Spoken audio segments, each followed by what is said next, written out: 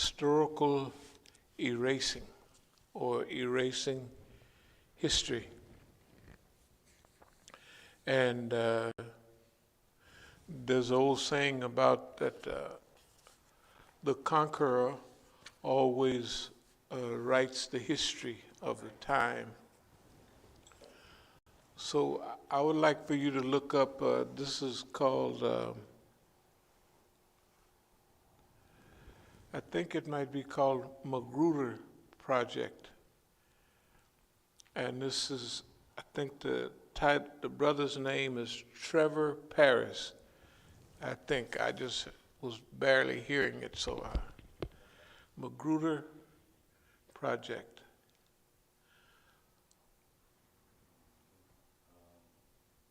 You said Trevor Harris? Trevor Paris, I think. Trevor Harris. Okay. I got Aaron Magruder. Maybe I'm spelling Magruder wrong. Okay, Magruder, that might be did it have something to do with a town that was in Virginia? Or, Okay, here we go. There's a Magruder project. No, that's something else. Let me see. The Magruder project incorporated.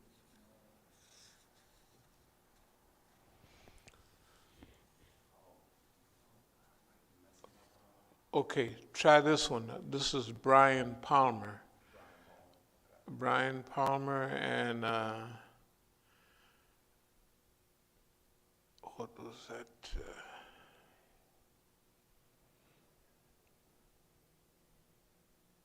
he a journalist? Yes, Okay. Yeah, Richmond-based journalist, visual journalist. yes. Type Investigations, formerly the Investigative Fund. Okay,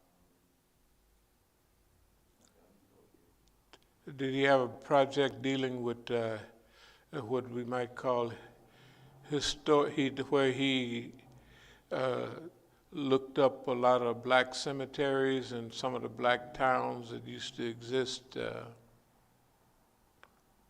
let me look up those terms.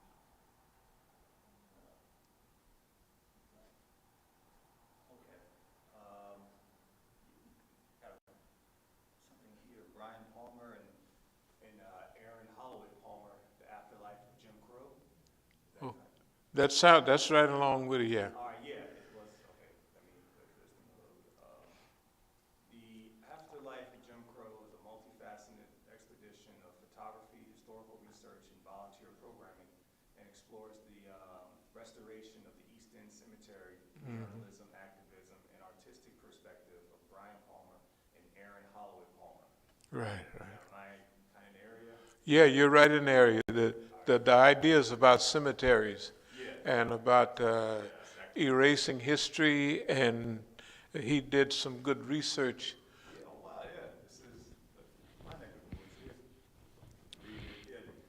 It was this project that led them to the East End Cemetery, an African-American burial ground in Henrico County that has suffered from decades of neglect. Right. Yeah, Okay. okay. So you don't find nothing about either the town of Magruder or the Magruder Project? Yeah, that's what I'm about to looking at this here. And I search this page and see if they got anything on here. It was on a program yesterday morning called With Good Reason. With Good Reason. And they were doing, half the time I'm sitting there, or I'm just laying down with the radio on, and I'm picking up the stuff, and sometime from years ago and years of practice, when most of the real news, when I would say real news, I mean their news, like in the 90s and all of that period, it would come on National Public Radio early in the morning or late at night.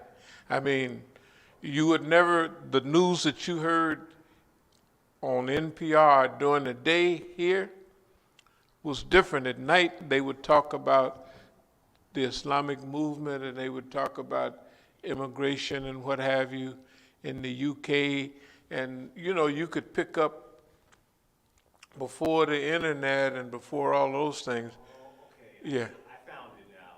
What's that? I found the website with good reason, and they have a segment, summary, bringing up that by Travis Harris. Yeah. That after Pearl Harbor, the United States Navy needed land for bases and training. Right. Travis Harris says that the Magruder community was just one of many mostly black communities displaced from military bases. Right. Camp Perry, that's it. Yeah. And they didn't, the people woke up, they was sleeping, they woke up and there was bulldozers in the front yard. People walking with hard hats on, walking all through their gardens. And a few of them held out for money, but most of them was just moved to tents. They just, you know, moved in and took over. And it just so happens that the majority of the places they took over was the black towns. See, back this way, like when you mentioned where you're from, and see, Virginia and Maryland and these places back here have old black towns. I mean, they have, you know, whole black towns that existed. They had their church, their cemetery, and their little business district, whole communities. I mean, Maryland is full of them. Virginia is full of them. And they had, when you would look at the places they had what they call now prime real estate, right on the riverfront. You know what I mean? Man, look at here. And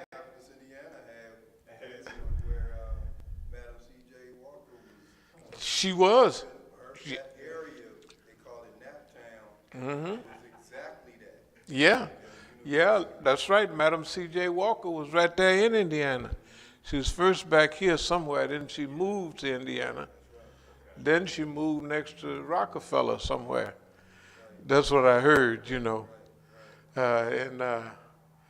Anyway, so what I just wanted to verify that those places exist and those projects existed and the people did research on it. And I just wanted to mention in brief about, the title is Erasing History. And black people have, see, you know, like right now in Mecca, Saudi Arabia have been going headlong for years to get rid of certain grave sites of famous people that they didn't agree with. And see, after 100 years or so, there's no proof that what are you talking about? You know, where's the signs, the symbols? And so they're doing it today. They've been doing it to get rid of those grave sites and those mausoleums that people have built, or people say lovers of Ahlul Bayt might have loved a certain companion, and then after some decades or some centuries, they built a little mausoleum and da-da-da-da-da, and up and up and up.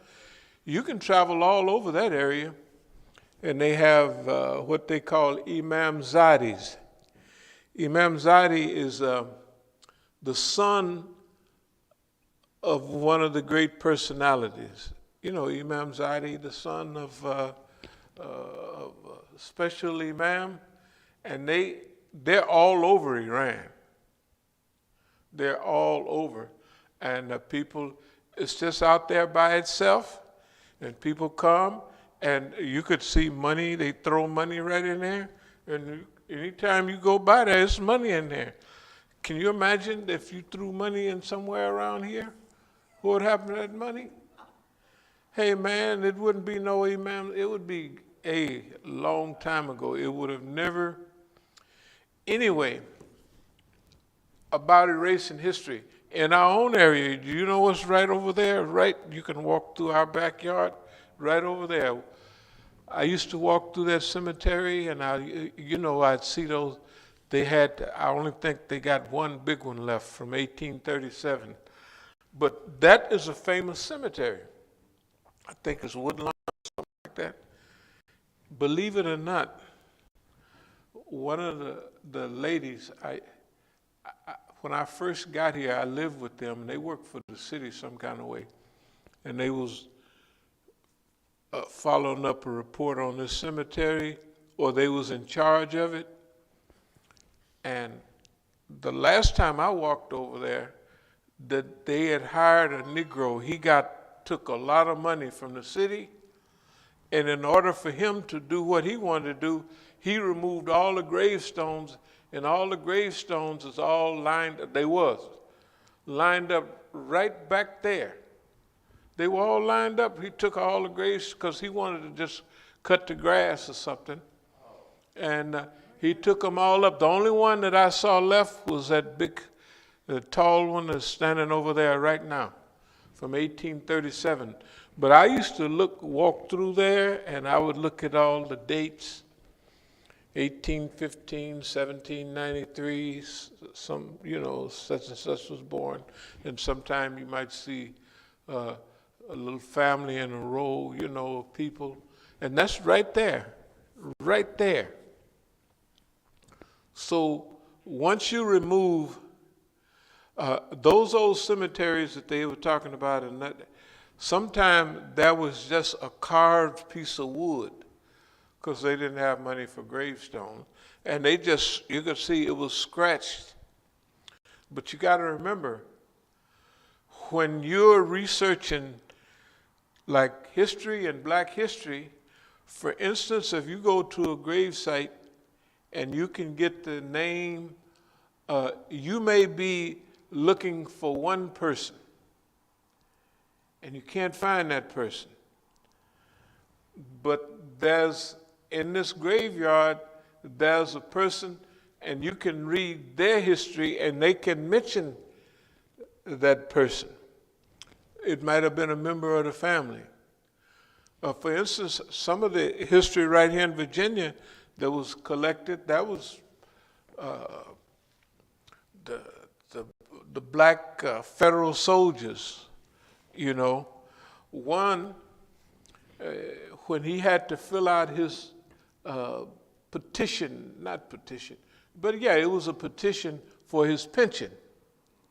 He had to put a lot of information on there, and they asked all those questions.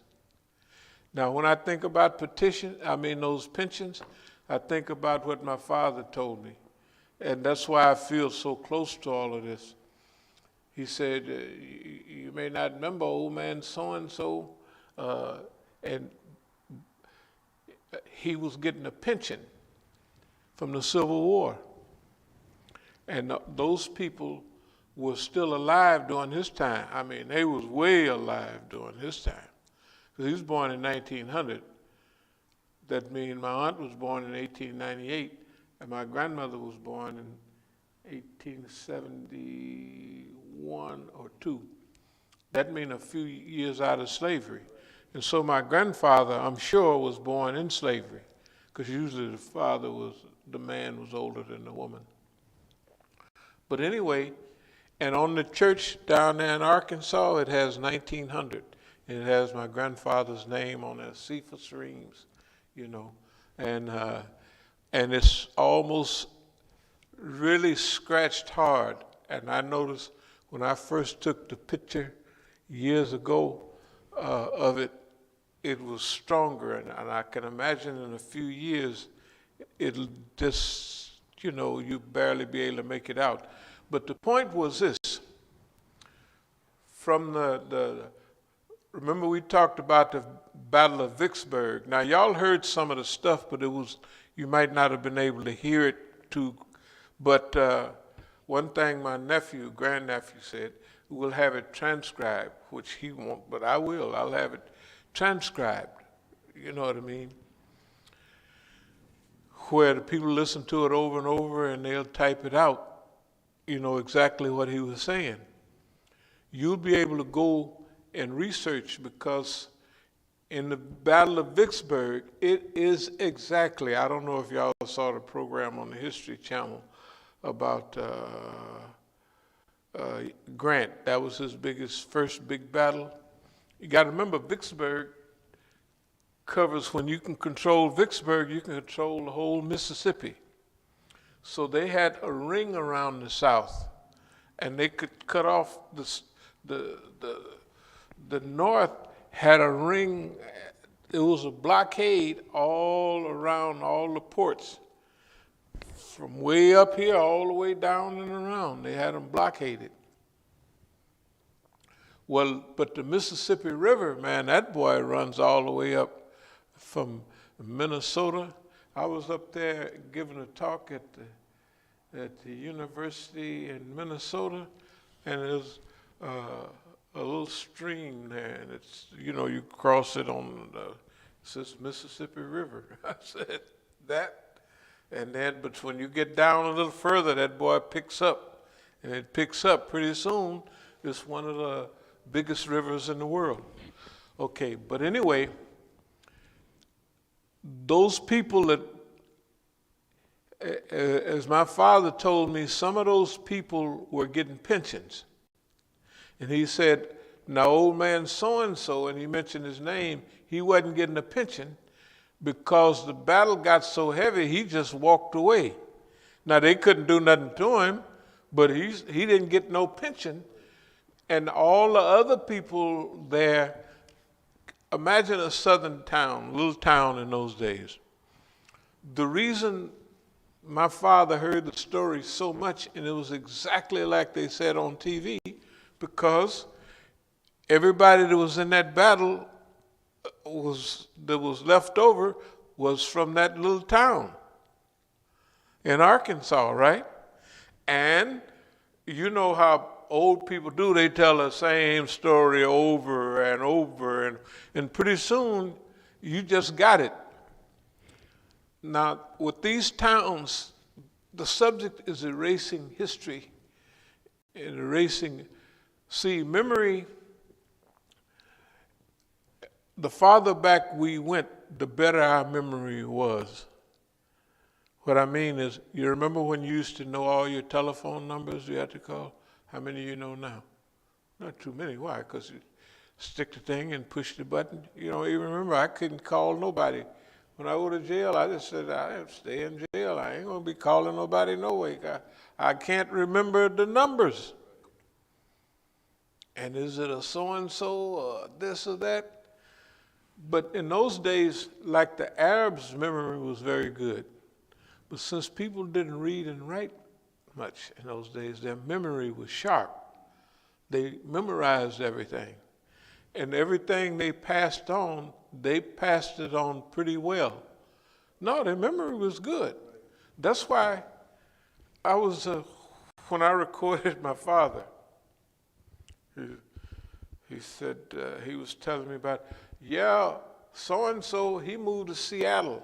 The last time we heard from him was something like April the 22nd, 1934. I said to myself, man, this is 50 years later. I understand it now because I'm that age. I'm getting into that. I said, I was just amazed that this is just a postcard. We got a postcard from so-and-so from Seattle. He moved to Seattle, one of our relatives, and last time we heard from him was April the 22nd, 1934. I said, oh man, that's serious. And I'm doing the interview in 84, 50 years. Unbelievable. Anyway, so the brothers that was doing this, some of their research related to people who had to fill out some of they were part of the African American military entourage down there, and they fought in the Civil War, of course, on the side of the U.S. And when they filled out their paperwork, The historians now can find out where they lived and what they did and some of the other people, some of the history, because on those pension requests, they had a lot of questions. And you had to fill out those questions. And those questionnaires are very important to us now as far as reconstructing our history. Reconstructing our history. While you're here, could you, and I'll keep on talking, but can you look up the Termination Act of 1953? Termination Act. You know, they did that with the Book of Negroes too. Right. The ship, they asked all those detailed questions Right. of those that were getting on the boat. Right. And, you know, so that's just something that I remember. Yeah, they had to have, well, what, you was in a battle, what battle was you in? How did you help? Well, no, I'm talking about from the history that I read was like what plantation you on. Right, yeah. You know, where, you know, what state, what have you. Yes, yes. Yeah, who's the boss man there and all of that stuff. Well, see, that oral history, when it's written down, you know, by the pen, you know, Ikra bismi rabbika alladhi khalaq. The pen is a permanent record or semi-permanent, because in a million years, nobody will care about what happened if it lasts that long, you know. But it's a semi-permanent record. And you go and get the Rosetta Stone and all that stuff. Oh, this is in Aramaic, and it's saying the same thing that said. So you can compare, and you can really understand a lot of things that was going on. Now, for us, this project of erasing history, when you erase the history of that cemetery right there, you're erasing one of the last bastions of African American. That mean the workers. That mean who was in D.C., all the maids and all of this and all of that, right? And when that guy took the gravestones and set them over, I said, what did he do that for? Okay. So that means if they put them back, they can't put them back in the right place unless they got a chart. Right. They may have a chart, but in those days, they didn't always have a chart, you know. And they stopped burying people up there probably in the 60s. I think I saw a picture of something going up there. Because in the 60s, this was still woods, all, you know, back up down that hill and all of that. It was still woods, you know. In fact, the people had chickens and everything out this way. Yeah, it was still a farm, you know. Okay, so anyway, the petition and the application and the petition for a pension not only help the government, but it helps us when we research. And a lot of the towns that were very important, independent, we mind our own business, we had our own local leadership, and it was, you would have to call it an ideal life, because if you wasn't interacting with white people that much, you was having you know, you had your own little local sheriff or constable. They used to call them a constable. In Arkansas in those days, they used to have the constable. And just imagine the life. You can go fish. Agriculture and got up to where you can raise enough of everything you need. you got dirt floor in your place, and you put potatoes down there, and all of that, you know, because the ground, it's cold in the ground, so you can keep, you know, your stuff. That's what people used to do. They don't even remember, the people don't putting stuff in the ground. Well, you want to keep it cool, don't you? Want it to last. So that erasing history is something that the brothers talked about. First of all, the white cemeteries were kept up. The black cemeteries were kept up for a while, and then they were unkept. And there was trees growing all on them. And nobody even, after a generation has passed, the people don't even know that it was a cemetery. And one of these cemeteries that he was talking about was about 76 acres, I think, something like that. And so this thing on erasing history, we saw it with Hubert Harrison. Yeah. That like when we was coming up in the movement, we didn't know about Hubert Harrison. We just didn't know. Although he was one of the most important people of that era, and one of the blackest, if not the blackest, and wrote stuff, so he wasn't like unknown to the people. But if you remember in the movie Ten Commandments, the movie, Charleston Heston, when they said, okay, take Moses' name off every pylon, off everything, you know, in this empire, and never speak his name again, right? And then they say, so it shall be written, so it shall be done. Pretty soon, in those days, like any other time, you become a non-person. You become a non-people. Did you find the Termination Act? Yeah, I found it. What does it say? 1953, Congress seeks to abolish tribes, relocate American Indians. Congress passes a resolution beginning a federal policy of termination through which American Indian tribes will be disbanded and their lands sold. A companion policy of relocation moves Indians off reservations and into urban areas. Through these policies, the Bureau of Indian Affairs plans to move thousands of American Indian peoples to cities and urban jobs.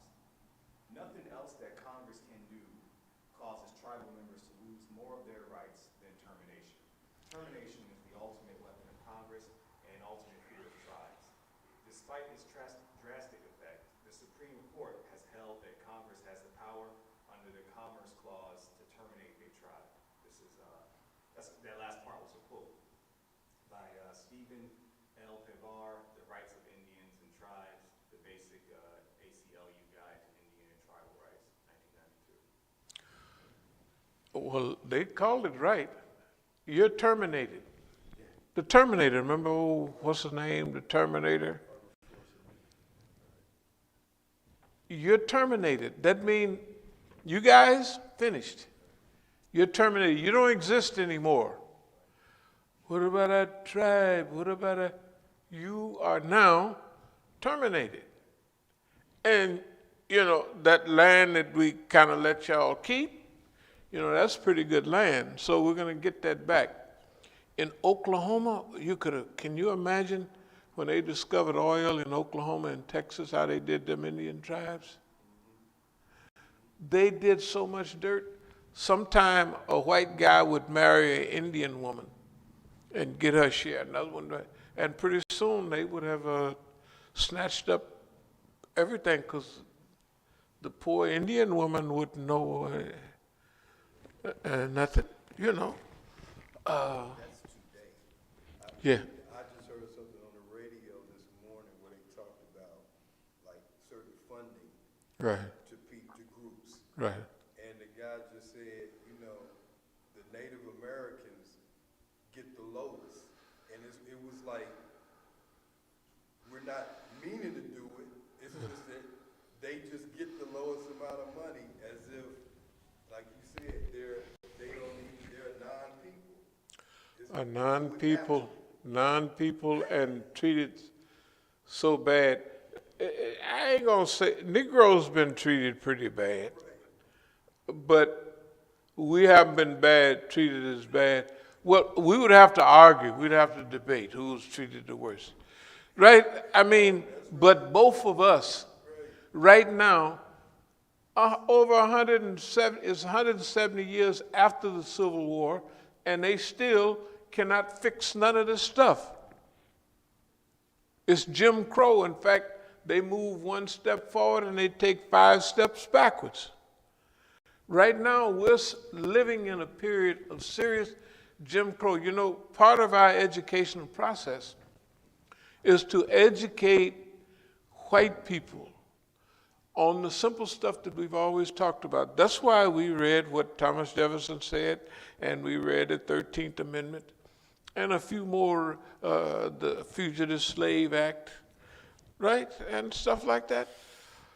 And the reason that they police the way they do is because of the over 100 and something years ago, 200 years, the Fugitive Slave Act.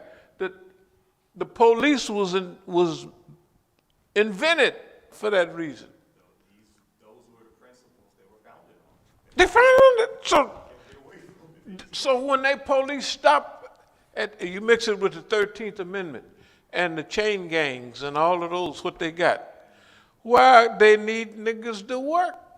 So they just round up every now and then. They go through and round up all the Negroes, right? And off to jail they go. And when they go to court, they get sentenced to 1 year at hard labor, 5 years at hard labor. See, you just don't hear that in the court much anymore. But that was part of all the sentence. I sentenced you to 5 years at hard labor. And that was big in the West and definitely in the South. That you sentenced to 5 years at hard labor. That's what they were just out about it. It wasn't hidden. Now when people read about it, they said, well, if you got the 1619 project, we're going to have the 1776 project. This is done. We just got to tell him, bring it on, the 1776 project. Yeah, that's what we're talking about. That you never meant to do any good to us. You never meant to do anything on the reservation. And why put people on reserves anyway? You know, why do that? Okay, well, that happened all over the world, put people on reservations unless it was just too big. So, South Africa, Bantustans and all that. That's why all the people were all herded on those little shanty towns. The people don't realize how big Johannesburg is, but in Johannesburg is Soweto. Soweto, when I was there, was 4 million people. 4 million people. They talk about concentration camps that the Germans had. What? What about the Italians and the concentration camps they had? What about everybody had what they would call concentration camps, where the people were concentrated, put together, and that's where you are. The health, actually on Indian reservations, that's one thing that's worse than even in the black community, is the health of people. And, they don't allow the sale of alcohol on reservations, but ringing all the reservations, you walk right across the street and go to the liquor store. That's just the cruelty is just Let's say it's unnecessary. It's not necessary to have that type of cruelty. It's not necessary to break a people, take all their land, put them into poverty, and then give them blankets with smallpox on them, just for the heck of it. It's not necessary. It is satanic. And this is what the people, not that I was dealing with that in the subject, but the people are not mentioning God and Satan like they should be in these times. Like, okay, what do the Bible, the Quran, and all the religious books talk about? Talk about famine, right? Talk about disease. They talk about all earthquakes, and they might as well put fires in there. Only thing they'll say every now and then is there's floods of biblical proportions. That's it. But they don't say anything about this stuff is happening to us because something is going wrong and God don't like it. And how did it get this way? By a satanic program of capitalism. They don't talk in that language. It's all scientific language. Pretty soon, the people, they won't know that shaitan exists. They'll think you're talking about the devil, a guy down there with the pitchfork and stuff. You know what I mean? They don't know they're talking about your internal struggle, jihad and nafs, the big struggle, right? Jihad and nafs, the jihad to control your desires, your visions, your wants, and all of those things, right? To set a limit on yourself, right? All that stuff is going away. And why? You can't, sometimes I don't even like listening to the news, but I have to listen to it to report on it. There's more frozen stuff that's dropping off up in the Arctic, and one big sheet. Well, they was making reference to it, and they said it another sheet. They were saying that they want to have a big reserve up there in Canada and preserve that. But this is the oldest ice field, freshwater thing, glaciers for humanity. And the people are arguing, there's rich stuff under there. We got to drill it out. And, we got to drill that out. You know what I mean? And then the sea channel, now we can just send the boats through there. They'll, of course, drop off all their oil and garbage and that pristine. This is the thing. See, right now we're at the stage where our job, inshallah, is to help preserve Allah's creation. That's part of our mission as the Khalifa. Things are off balance. Tagut, the stream, and then overflowed, right? It's exceeded, it's in excess. All right. So even when you listen to the motiversity type stuff, I listen to them a lot, but I listen to them different than other people. I listen to them to what they're not focusing on. They're focused on physical challenges to go to work out, to get bigger and stuff like that. All that stuff, right? And ain't none of it focused on what we talk about is what about the focus on the earth, right? What about the focus on clean water, clean air, and all of that? The biggest challenge is this. No, that was then the big challenge. Now the big challenge is, do you have enough courage to face these systems? You don't hear none of them even mention that. All they challenge is themselves, and you gotta get up and work out, get up early in the morning, and right? And make sure you're not a weakling, and use all your discipline to make yourself stronger. And then they just growing big old muscles that they can't do nothing with but pose. You know, the stuff is unusable. You see the guys now? No, when I was lifting weights, well, I still lift weights a little, but I mean, we were trying to get, in fact, we did it. We got a nice body that you could tell that it was bodybuilding. But now it's grotesque. It's grotesque. It's like, it's not, why do you need, first you just have a bicep, then on top of that a little. Who needs 1, 2, 3, right?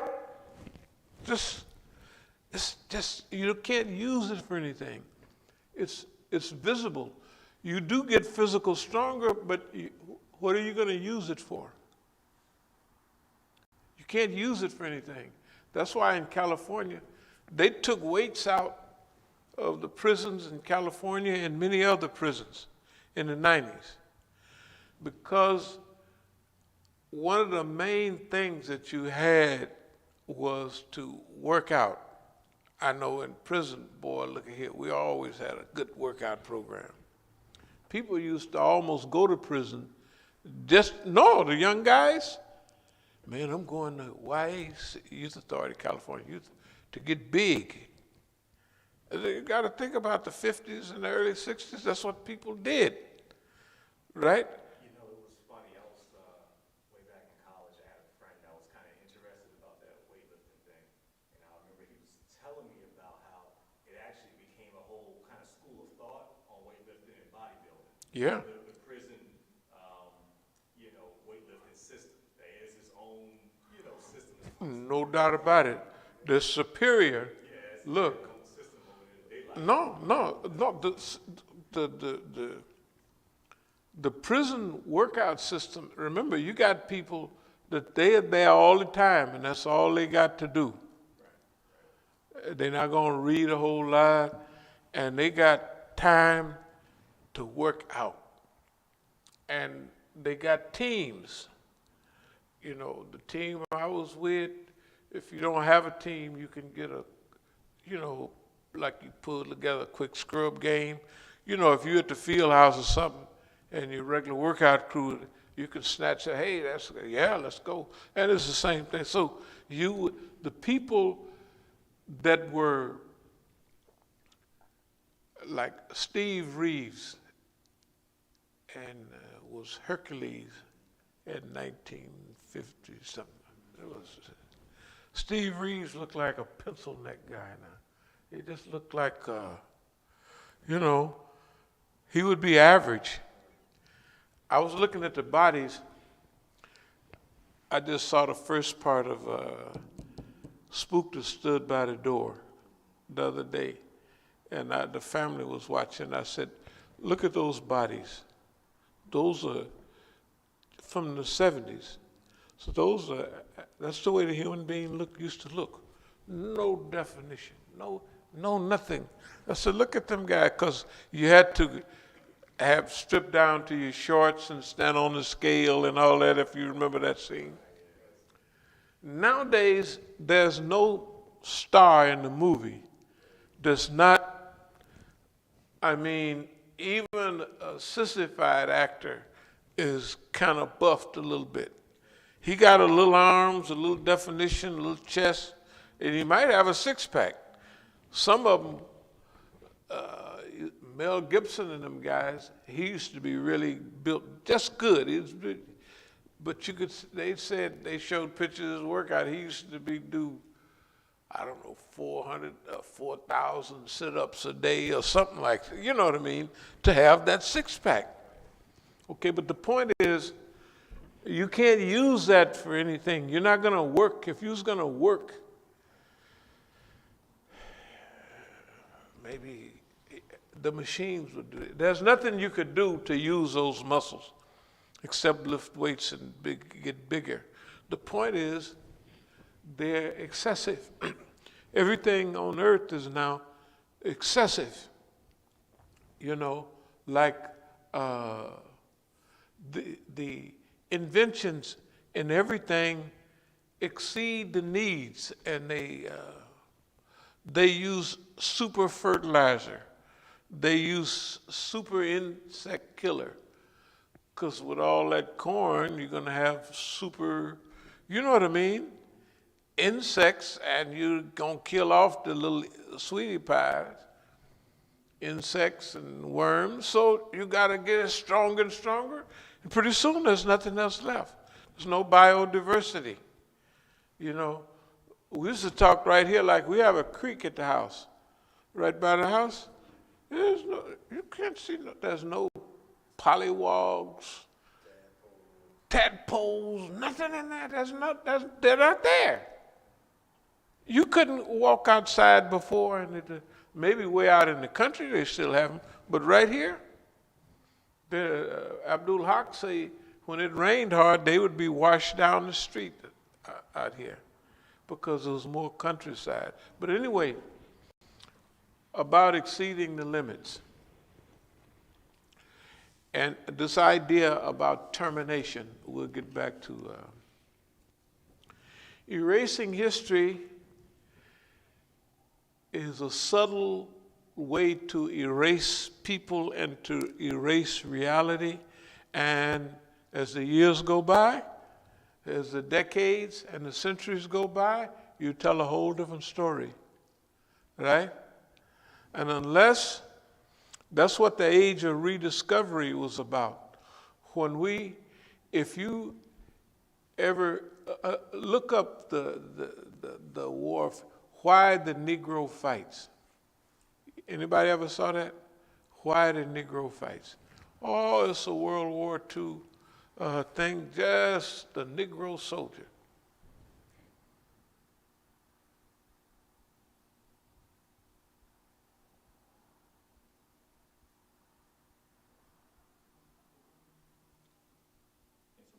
It's a World War II, it's a propaganda film by the War Department. They called it what it was in the War Department, not the Defense Department. They called it. Why the Negro fights. Was it on History Channel? Huh? Was it on History Channel? It's not a History Channel. It's a war propaganda film, a series that they made. They made them Why the Russians Fight. They made it why. And in those days, the Russians was the good guys. And they said the true stuff, too. They said the Russians fought since 1292, and they overcame this group of invaders and that group of invaders. That's when they was, it's by the U.S. Army, World War II propaganda film. Why the Negro fights. You could see it on not CNN, but Netflix and all of that. Yeah, even now. But anyway, I looked at that series several times. Do you know? and of course, the European would have our history. The history that they tell on that in 1942 or 44 was so in-depth, the stuff we used to learn in black history. We had to go research. Boss man been had it all along. And when he talks about Crispus Attucks, the first man to be killed in the Boston Massacre, whatever it was, they showed a picture of the thing in Boston where it was 8 black people got killed. And it's a monument. That was 1944. It may have disappeared by now. But the point about why the Negro fights, you know, it was unbelievable that they had all of our history. But they had erased it to us. But when it was time for us to be needed, they rolled it on out, you know. Yeah, why the Negro fights?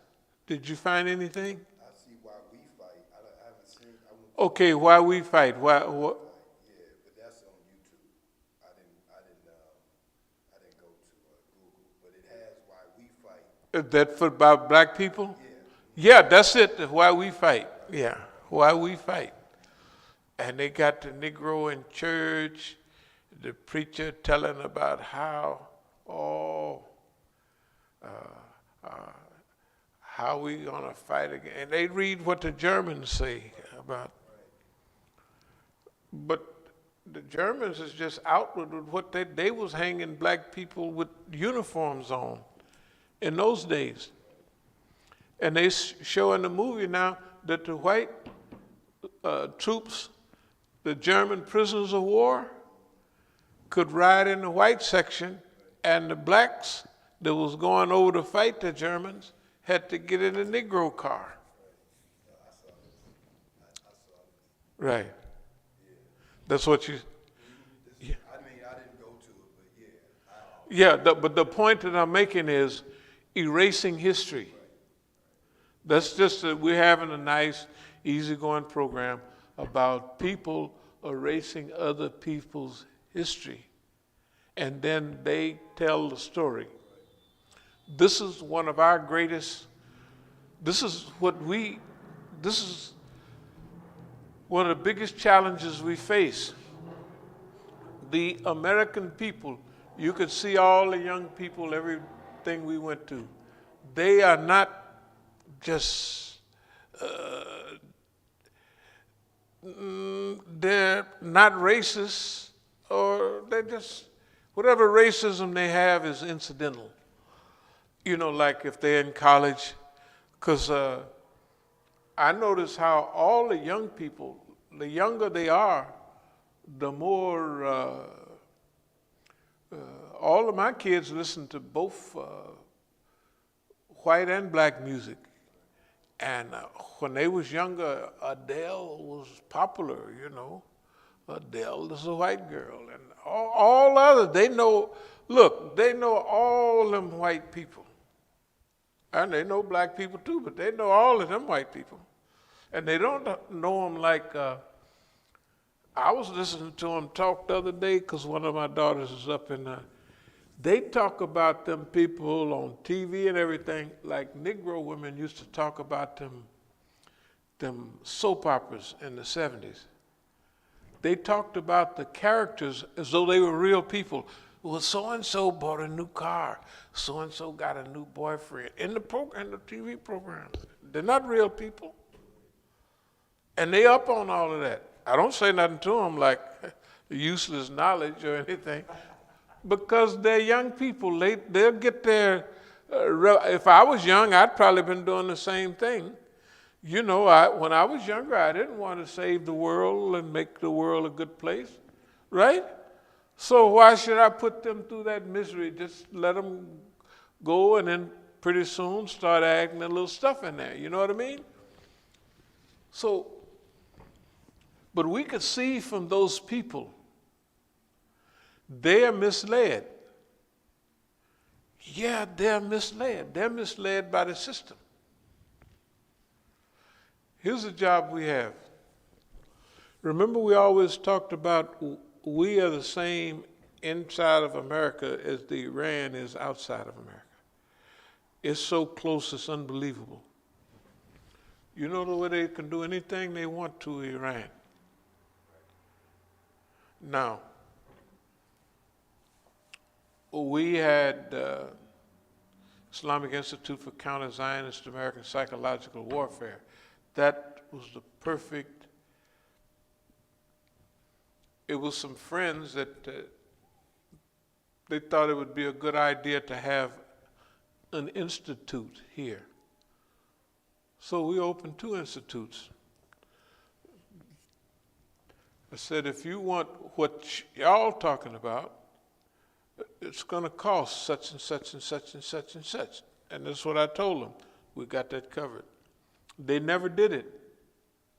They never did it because what we did. Like they called me to speak, I'm going to say what I think is needed to be done. I'm not going to say what, your friends want you to say this or that. I'm not going to do that. That's insanity.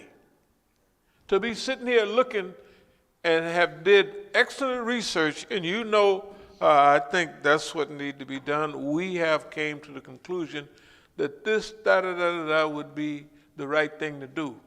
We did it, but we had to, I would say we got an A grade on it because we had to do this by ourselves because they wanted to have maybe a PhD. I said, if you're going to do this, you need at least 1 or 2 master's degrees over the program to give it the credibility, what you're talking about, and that's going to cost you.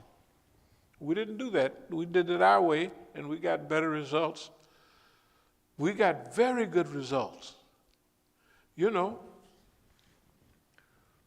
Imagine that we got them to put everything that we were saying in their newspaper, in their, people used to wonder, like, they see the white boys would have, let's call them Zionists, would have a little camera with them when we'd be at a demonstration. And the brothers on here said that the guy, I said, let him go. And they have me giving a talk saying that the so-called suicide bombers are not suicide bombers. They're heroes, they're sheroes, that's what I wanted, and they put it on there. They put it on there. And everything else that we did, they put it on there. They put our flyers on there. They got some of the stuff like, I just had one. But they put flyers like Victory of Islam over the Shah, Victory of Masjid al-Islam, over the combined forces of international Zionism. They put this on their thing. Fine. Just like we printed it. How to punk the FBI. They put it right. Steve Emerson and them guys, they put the stuff right there. That's what psychological guerrilla warfare is. You go up to the police and say, take your gun out. They take his gun out. Put it up to your head. Now pull the trigger. Bam, blow his own brains out. That's top flight guerrilla warfare, right? He uses his own weapons to kill himself. That's what we've been, sometime I look at some of this. This is a little old, but this is an alert. It says, this is from one of the big writers by Nomi Prinz. That's probably a kind of a Jewish writer, Nomi Prinz. Why America failed the third book in a trilogy you wrote on decline of American empire. What this says is why the American empire was destined to collapse. This is 2012. They wrote why it was destined to, in other words, they're writing this like it's all done. That's what they're saying. That's a done deal. And guess what? They were right. So a lot of the people are correct, but they're not. Nobody wants to spend the resources to help so-and-so and them to explain. See, because for a handful of little resources, we could mobilize. First, we can educate the black community. No problem. The pro-Palestinians, Ferguson, sister city with Palestine, right? It's natural, okay. Why don't they spend $5 or $10 on those resources? Why?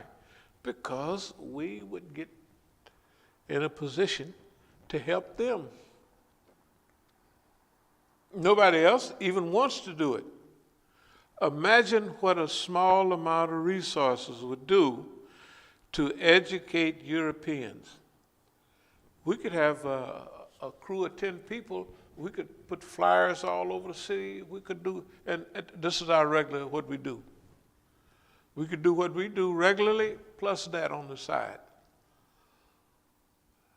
And pretty soon we would be invited to churches, and then here and there, in universities, and you look up in 5 years, they would have a support network here. They would. Because we wouldn't be all out every day talking about Iranians. We'd be talking about oppression and all that, and then we, of course, drop a few lines here and there, right? And they wouldn't be able to kill scientists. Can you imagine? Just publicly kill them. Or kill man that's going to put a seal on a peace treaty in Iraq, right? Everybody knows that now, but they don't talk about it. And then you watch them dummies, the Iranian fitna people over here. They're telling a lopsided story on Iran, and they never get tired. They never get tired. It was so bad in 2009, I think it was. Yeah. They really thought Iran was going to collapse. I don't know if you remember that. They were certain of it. Boy, look at here.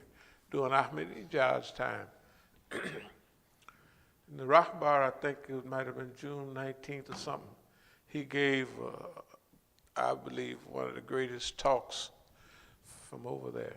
At that time, I said, yeah, he's a Rahbar.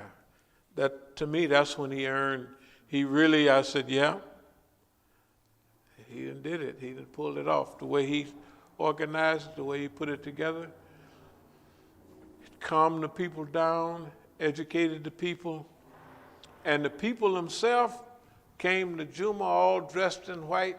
They was in a frenzy, ready for martyrdom. See, and right now, I'm almost certain that Iran is going to take it easy because they're not going to let you make them go do something. You know what I mean? Oh, it's okay. We can wait another couple of weeks, another month. We're going to see how this is going to work out. I'm certain that's what they're going to do, you know. And they're just talking for a minute, but they're not going to do. They're the ones in the position now. And Netanyahu and them is in a panic. See, they know they got Netanyahu and them in a panic. And they got Saudi Arabia in a panic, right? No, they're the ones in a panic. It's just like people do stuff to us. We're not in a panic. Them dummies is in a panic. And everything they do is off base. It's stupid. Your father sold you into slavery. It's not that I was the favorite or nothing, because you can't have favorites in a family. But people kind of knew, you know. Yeah, you know, especially you buying people Cadillacs and Brohams and stuff like that. And is a success. See, if you have a parent that's a success, say the old time stuff in gambling and stuff like that, not the gambling, they have a little gambling establishment, and they save their money, and they see you doing the same thing, accepting something else, they're actually very proud, you know, of that, you know. Anyway, so the point is that we have a certain job here to do. That is a big, important job. We have to stay focused on the work we're doing and not let other people divert us from what we're supposed to be doing. There's always a little petty diversion. People will do stuff like someone was mentioning that a guy popped by yesterday to go in the thing. I thought the same thing. It's okay. It's no problem. Consistently working for a few weeks trying to fix up stuff, sending Negroes Well, no, it's not even, it's just remember what we stay focused on. There's the climate, and then there's the weather. The climate is like history, and it affects the news. The news is daily, but history is the one that's behind the daily news. If you follow the news, now the news happened one day, and you got another set of news, and you can't keep up with it. You have to train yourself to stay focused on those things that are important. If you follow the news every day and follow what they saying is happening, you will go crazy and you will miss all the points. Because those big things that happen one day, they hold on and they stay. If they having these sanctions on Iran year in and year out, and Iran is surviving, and Venezuela is surviving, and if just because people forget that Hugo Chavez gave a discount with Citgo, there's no foreign oil company in the world gave Americans a discount, the poor, except Hugo Chavez, right? On oil, up here in America. They don't say that on the news. The Hugo Chavez, his socialist concept, and he helped Americans, the American poor. They're not even going to mention it. And if you pay attention to them, you won't know nothing about none of that. If they mention it, it'll be out of the side of their mouth, and in 2 weeks you won't have any. They'll wipe it all out by keeping us up on the news.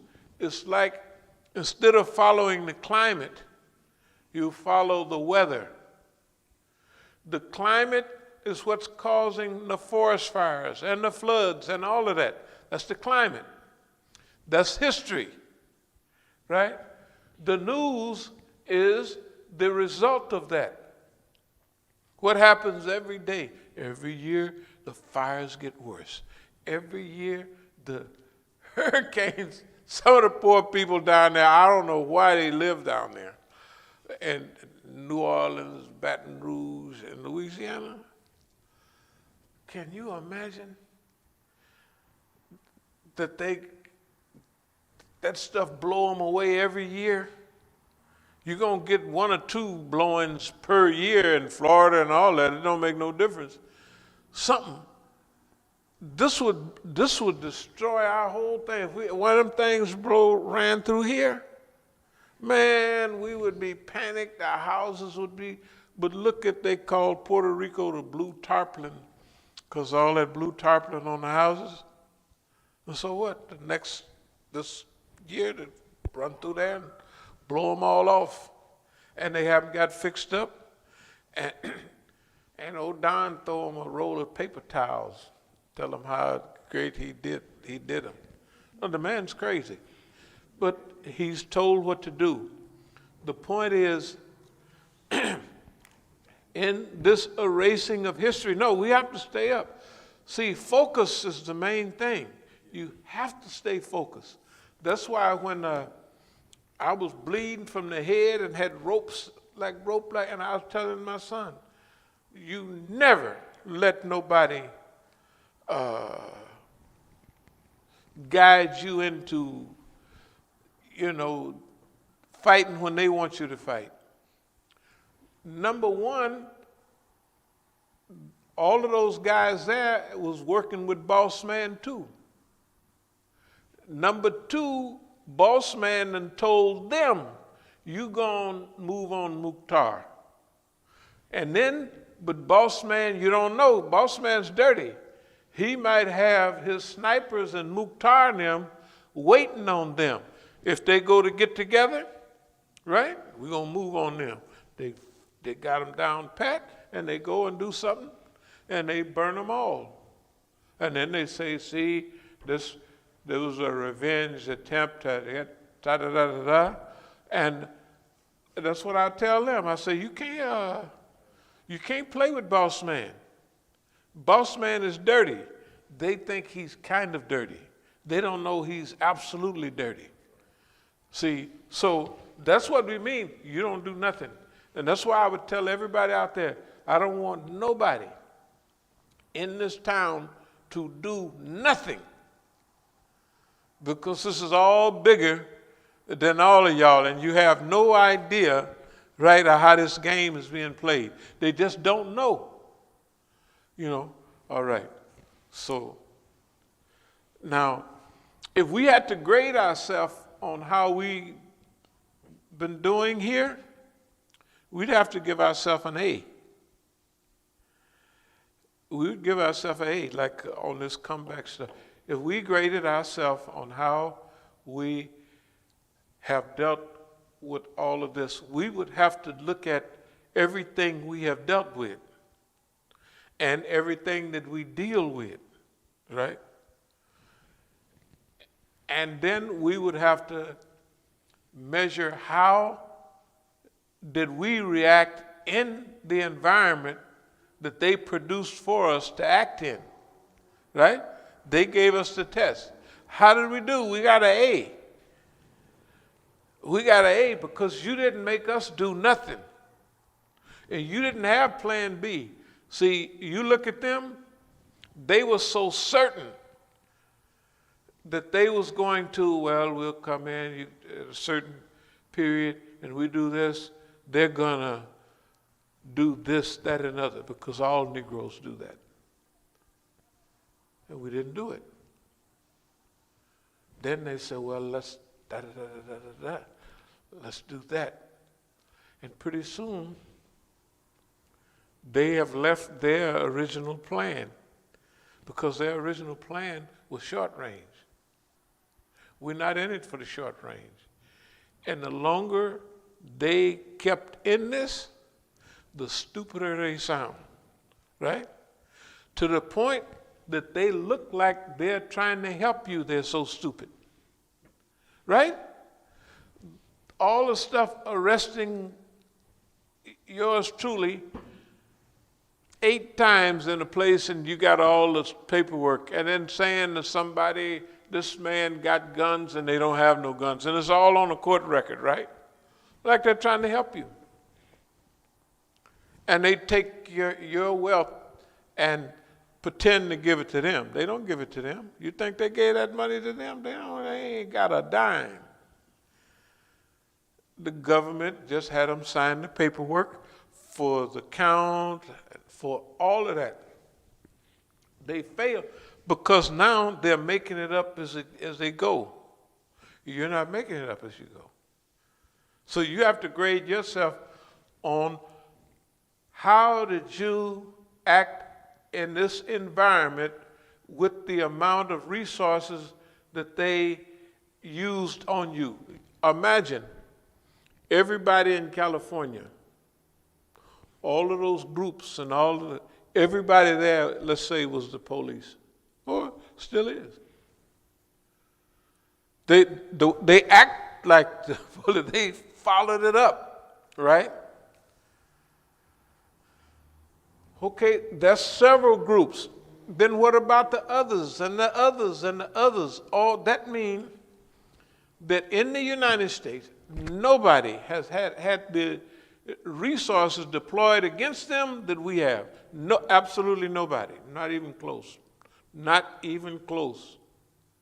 And the time factor, not as long.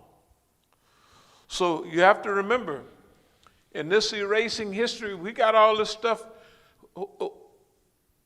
we call this the grand jury effect. In fact, we're going to have somebody copy. We had them copy all of our stuff before, and put it on them little things that they have in the side. Yeah. We're going to have them copy. We'll talk about it later. And we'll do it every now and then. And we have this set and that set and that set. Right. And what we're putting out to the public, right?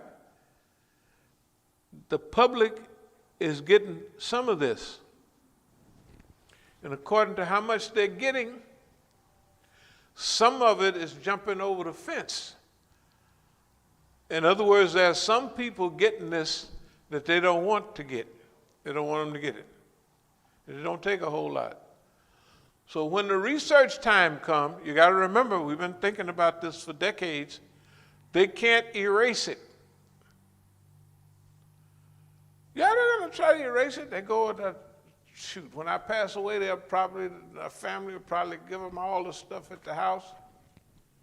And they went by trying to erase, trying to take, like the boxes of stuff I took, they take that. In my office out there, they took everything out of there, everything. All the tafsir of Quran, all the copies of As-Sabiqun, all the records of remodeling and all the not the records. Huh? They took all the receipts. That whole drawer stacked up with receipts. They took all of those. When I say they took them, that means somebody in my family gave them to them, because I live in the back and it's hard to get back there, and the people living in the front and the people coming by from time to time, they had to give them that because they couldn't come back and get it, unless somebody's giving it to them. Yeah, all of that stuff. So how do we grade ourselves? We have an A. We got an A. We got an A on this, straight A, and that's just from the general stuff. Some of it we have an A plus, above and beyond the call of duty.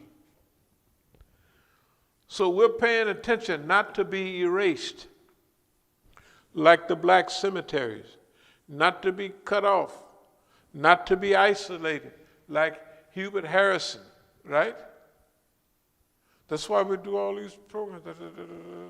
That's why in fact, we would like to get them the duplicates. Why? Because we get do some duplicates of them in hand and put them different places, and there they are. These stuff is so good, all somebody has to do is get one of them. And then they'll start looking, where's the rest of this? And the people better not say, we don't know what you're talking about. We don't have none of them. Just imagine how many people got some of this stuff from years ago at the Shia programs in Texas. The crew from Florida, I thought they was just trying to help me. They would come through, and whatever I had left on the table, they would take them all. They took them all, paying for them, and took them and dumped them, probably. Except they kept one on Alul Bayt. They liked that one. The Sunni Imam talking about Alul Bayt, they liked that. That was 2004 or something. But when I was in giving khutbah in the big show down in Houston, that was Houston. And I had a table out there, and I said, I was talking about our friend from California. I'll mention his name soon. And all the other stuff. I was telling the Shias, this is what you got going on. That's what's happening. And if you want to hear more, come right outside and on my table right there. Shoot, I looked at this Pakistani guy. His eyes was going around in his head. He got up, zipped out. And when I got to the thing, all of the CDs was gone, DVDs. All of them was gone. So I said, that was quick. So I went around and looked in everything, and there it was in the garbage. Yeah, it was. It's no problem. It's no problem. So we have had to deal with so many things, and we have enjoyed this work. You have to understand that this is enjoyable. And there's several things that people forget. When you have always been a meal ticket, that anybody can get over on you. You just tell them, Big Hank is my cousin, and if you let me out of this jail, I'll make sure that you get such and such. And I like being that. I don't be mad at the niggas, right? Because I can get them out of jail, and they can't tell nothing, right? Because I'm telling them everything right here. That's what psychological warfare is. You sit right there and tell them. And you're telling them 95, 98% the truth. I mean, the real hardcore truth. But you're not going to allow them to get hold to anything that's harmful, right? So you conserve a few percentage. Yeah. The longer you're in the game, the better. They call it a lot of names. The strategic depth, strategic this, that, and other. It gets good. And the weather don't mean nothing to us. It's the climate. What is the climate? When you come to a place and you study the climate, you say, that's the way the climate is. If you're going to worry about whether it's going to rain today, whether it's going to be hot today, that's the weather. That's what they do. They're always talking about the weather, not the climate. You want to affect the climate. The climate is the history, right?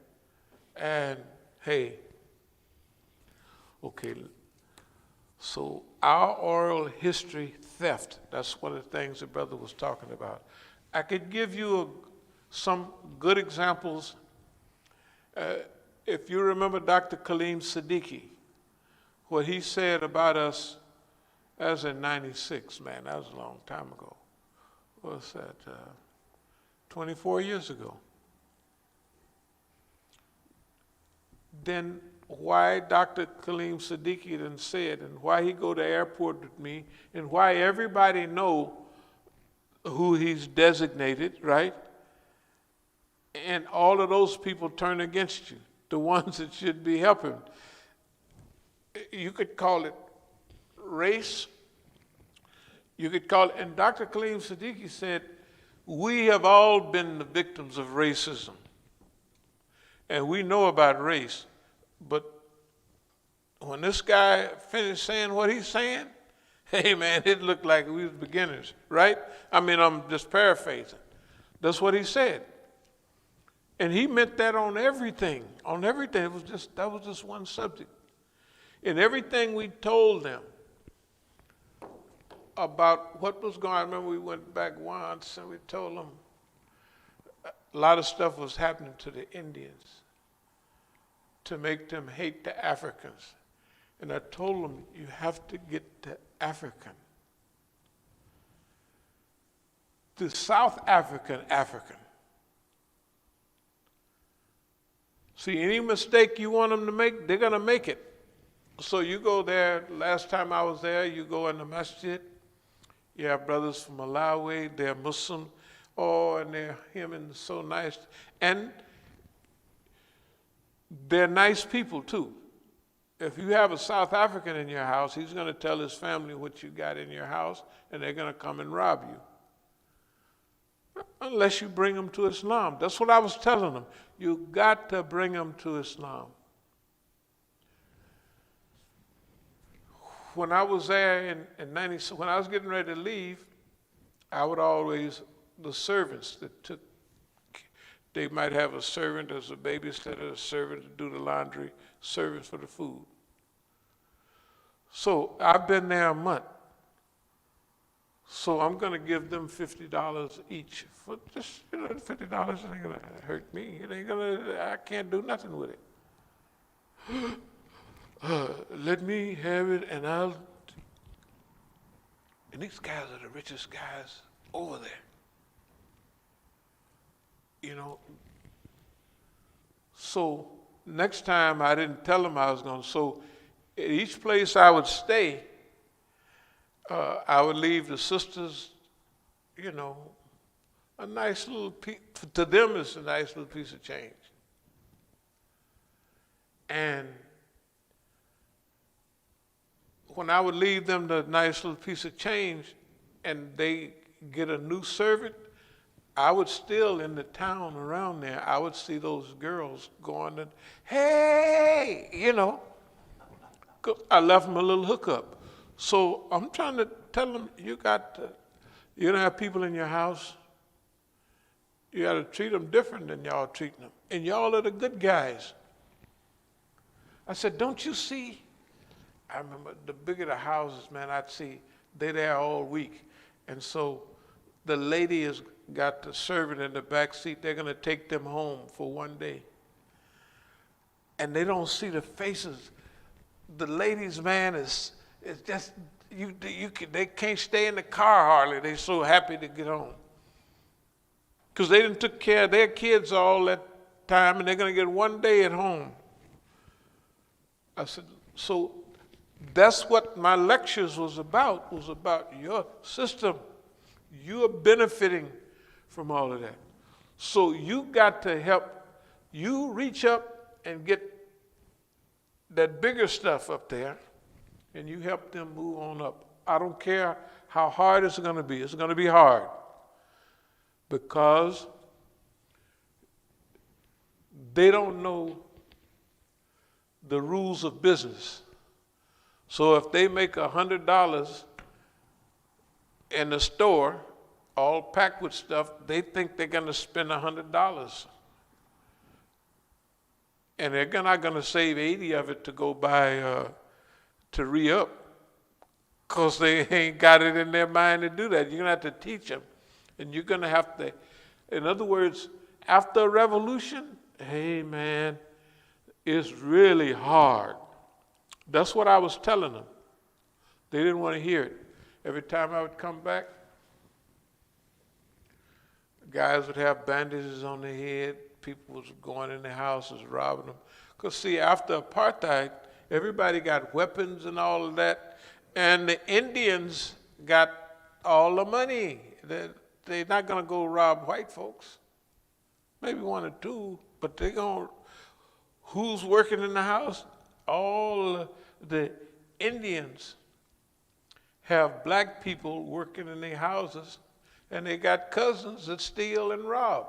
So they go right out, and they know this. Man, I go back and they'd have big bandages on their head where they got beat upside the head. They would kidnap them. I mean, they would do it by the numbers. I say, you got to bring them to Islam. That's the only way. It's the only way. You got to hear what the Aga Khan said in '57 when they was freeing up East Africa. Now you have to protect yourself, talking about the Indian people. Because with freedom, it's going to come, they're going to blame everything, and that's what they did. South Africa, man, the Indian, the Muslim population helped to liberate the, hey man, all the lawyers, you could see a Fatima, this and that, right? It would be the lawyers. The ANC, all the money. And then, not to change the subject, but the ANC, all of the and I was telling my friends, my last trip there, you got to, well actually every time, but you can't put your hope in the ANC. What are you talking about? I said, the ANC. I said, their main problem is that they're a revolutionary group, and they've never ran anything. And then I'm not against black people, but they niggas. They're niggas. And you'd have seen it everywhere in Africa, right? So I know what I'm talking. I said, they're going to bring some pink underwear, some red cloth, and they're going to bring them yellow bins, and that's it. That's it. And all the revolutionaries, just like in Kenya, the Mau Maus. When I was there, was all highway robbers. They was out because Jomo Kenyatta, the burning spear, did not reward them for their great sacrifices. He didn't reward them. So in the 70s, the highway robbers and stuff like that, a lot of them was still Mau Maus. did all the stuff they did in the 50s, that took the brunt, and the people in charge was the ones that got rid of, that tried to get rid of the Mau Maus. It's just unbelievable. Okay, so it don't take no brains to think, okay, the ANC, and the ANC would be against the PAC, Pan-African Congress. One settler, one bullet. It might be. And then, can you type up Kibla, South Africa, and see what comes up? Kibla movement, South Africa. It was in the 90s, in the 90s, Kibla movement, if it comes up. Okay, the Kibla movement was revolutionaries. This is during our time. We know them all.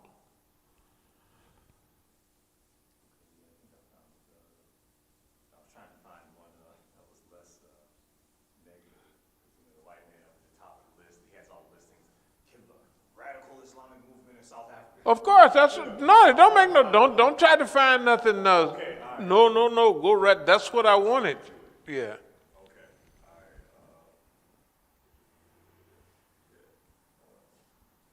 This is more about the founder, Ahmed Kassim.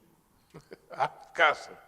Kassim, sorry. Yeah, Ahmed Qasim. No. They spell it different. Ahmed Qasim from Cape Town. Yeah. He's the youngest guy on Robben Island. He was on Robben Island with Nelson Mandela and them. Now he's somewhere like my age, but he was No, that's enough. Okay, Kibla movement. I have pictures of Ahmed Qasim. I have. Go ahead. They also, Google also has them listed under Paget. Were they affiliated? Paget. Now we're on the right road. Right, Paget. Okay, now let me tell you about Paget. Paget. Remember I told you they was our homeboys, and they knew that I had the history. That's why Paget was, I would say, our best friends. And I was trying to cool Paget down so they could concentrate on drugs, because when they concentrate on drugs, they had the Christians, they had the Muslims, everybody's with them. Okay? When they start moving on the Muslims, that means now they've scared the Muslims, and they're people against gangsters and drugs, not revolution. So the police are always going to get involved in drugs, and the drug dealers are going to buy it. It's just normal. So the police and the drug dealers later on is all in, and then during the rebellion, the police was bringing the drugs into the township, because if you got drugs everywhere, you won't have no rebellion. You see what I mean? What I'm trying to say is, the brothers from Paget told me in '98, they said, man, Muhammad Al-Asi is funny, this, that, and another. I knew what they was talking about. That's what they told me in South Africa. I could have them get a plane over here, and they come and they'll tell you, yes, this is what we said. But Kibla was the same, but they would have Muhammad Al-Asi as the contact man with all those groups, with Kibla, friends of ours, and Paget. But Paget said, this boy is funny. They picked it up, and I'd been knowing it all along. Yeah, the man is funny. The man is, this is what Paget said in words, you know. And anyway, so that the record is maintained, so that there's no eraser in history. We tell our story over and over and over and over again and record it. As we said before, we're going to not more than 5 different type of subjects to tell that story over and over and over again. If anybody get 1 CD, that's enough. They'll have an idea of what we was talking about. If they get 5 of them, they're on a roll, right? And if they get 10, and we got hundreds of them now, right? Hundreds of them now. And later on, we'll come back and make sure that they've been getting out. We're just pretending like we ain't gonna bother nobody, but we're gonna make sure, hey, how many of these been getting out? Where are they at? Who knows what? You know, like we used to get around the country, we'll get around the country again. And we'll be visiting everybody. Oh, you seen it in the thing? How many of them you got here? You go on the website? No, I ain't never heard of it. Well, that's right. I declare. I do declare. Don't worry about it.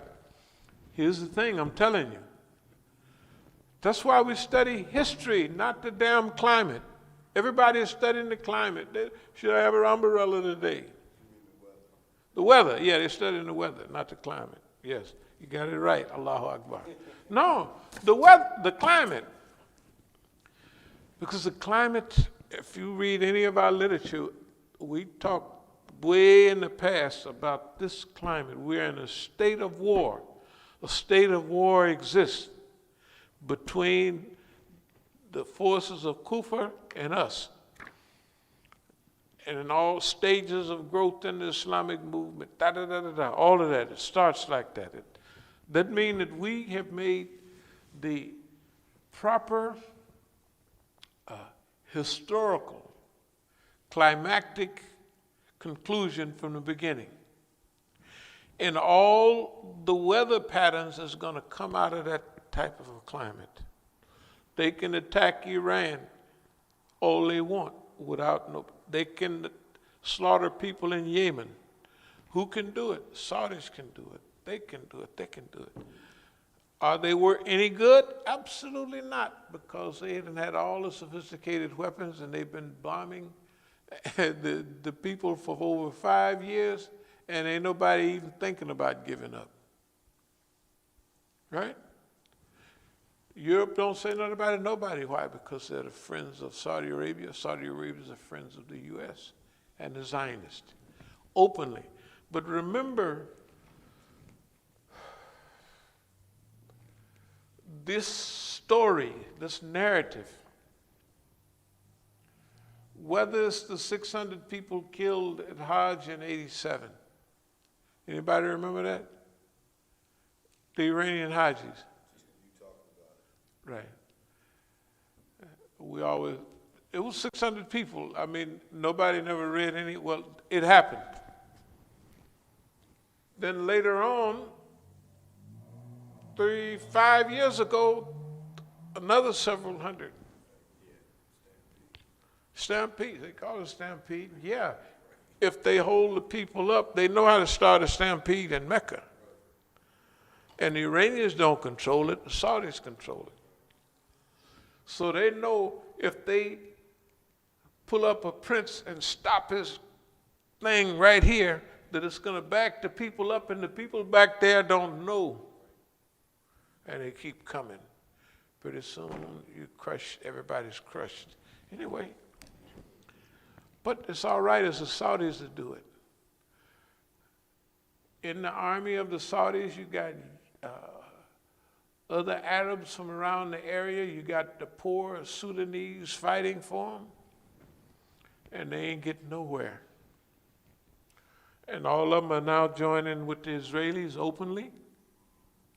That's fine. Okay, so let me continue a little bit. And so we've talked about black cemeteries, hiding history, and erasing history. Erasing history. Whether it's cemeteries, whether it's can you imagine the Termination Act? I mean, one thing about it, in those days they used real words. You're terminated. You don't exist anymore. Well, we're a tribe. We've been here for thousands. That don't make no difference. You're terminated. You call it a day. They terminated 82 tribes, something like that, at least. They just terminated them. You're now terminated. You don't get no money from us from this, that, and another, and you might as well go and get your job in the city and destroy your tribe. You know, like many of them did. The tribe, they're living in the city for a couple of generations, and they don't remember. People don't remember. White people adopt their kids. Oh, they're gonna do that. Yes, indeed. Mm-hmm. Boy, I tell you, one thing about the Lamb, he said that the white man was the devil.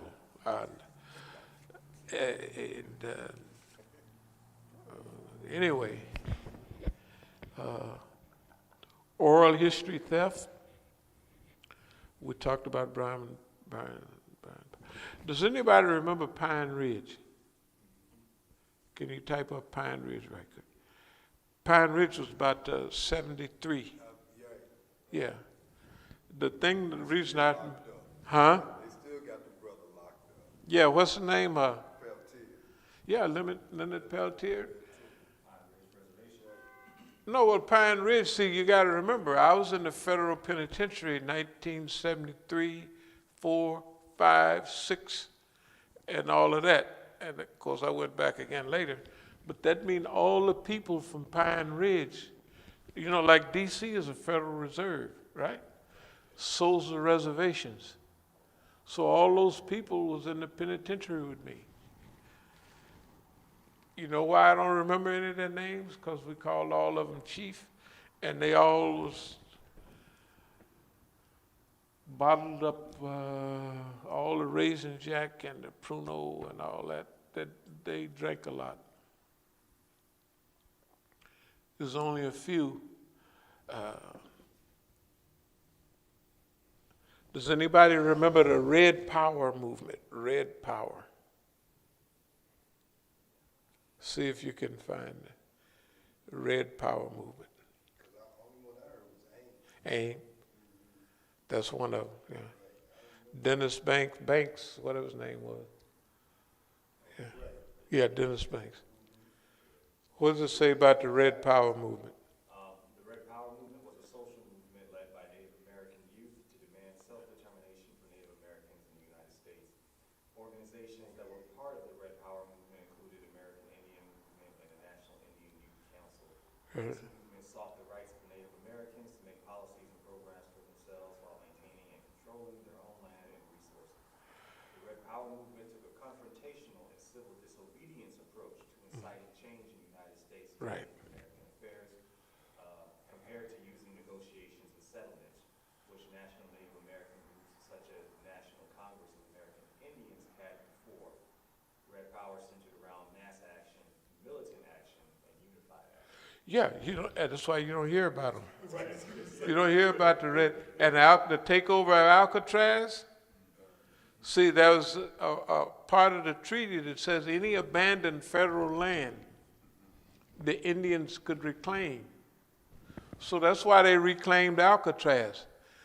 Y'all wouldn't remember, but they used to have boatloads of Indians going over to Alcatraz, and that lasted for a couple of years. But they were radical. They were revolutionary. They wasn't there to ask, please give us a couple of loaves of bread. That's why you're going to hear about them. The Red Power movement. They existed. They are real people. And they say Dennis Banks them was a part or a fringe part of them. But those other nonviolent NAACP-ish type, guys is the one you hear about all the time, right? You don't hear about the ones that, hey, we ain't putting up with none of that. That's why we're not invited anywhere. And you got to remember, technically, we don't care. We know what the cost. We know exactly what we're doing. We have a choice whether we become a bootlicker, a butt kisser, and get all we want. We could get anything we wanted from the government. We could get a place almost next to the White House. Because the longer you hold out, the more you get. We could have what we want. We don't want it. We don't want it because it don't do it. Look at the people that's got it. They got a whole life they could have done. Did you turn the heat up a little bit? It ain't can't. Not that I'm chilly or nothing. Everybody all froze, but I mean, you know. Yeah, just to get a little bit in here, you know. I mean, we're not anti-heat or nothing, but see, can y'all see where we're coming from? We know what the cost of everything is that we're doing, but we also know the rewards. We know the rewards. The reason we don't bite at the bait of somebody coming and just is because they, okay, we would think, and everybody speaks over there, but maybe they know that that's the way we look at them, so they want us to change and think of them as enemies of us. Okay, when we bought this building, when we was looking at it, the first thing we looked at is everybody in that apartment complex. And when we moved over here, the first thing we did was go around and look who was new and where they was. That floor, where are they at? That's, I mean, we just, from what we knew about history, right?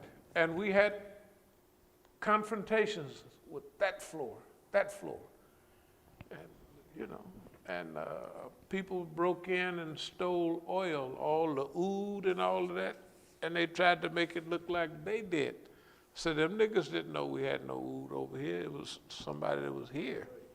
They know oud. You know, oud is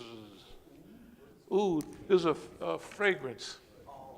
Oh, boys.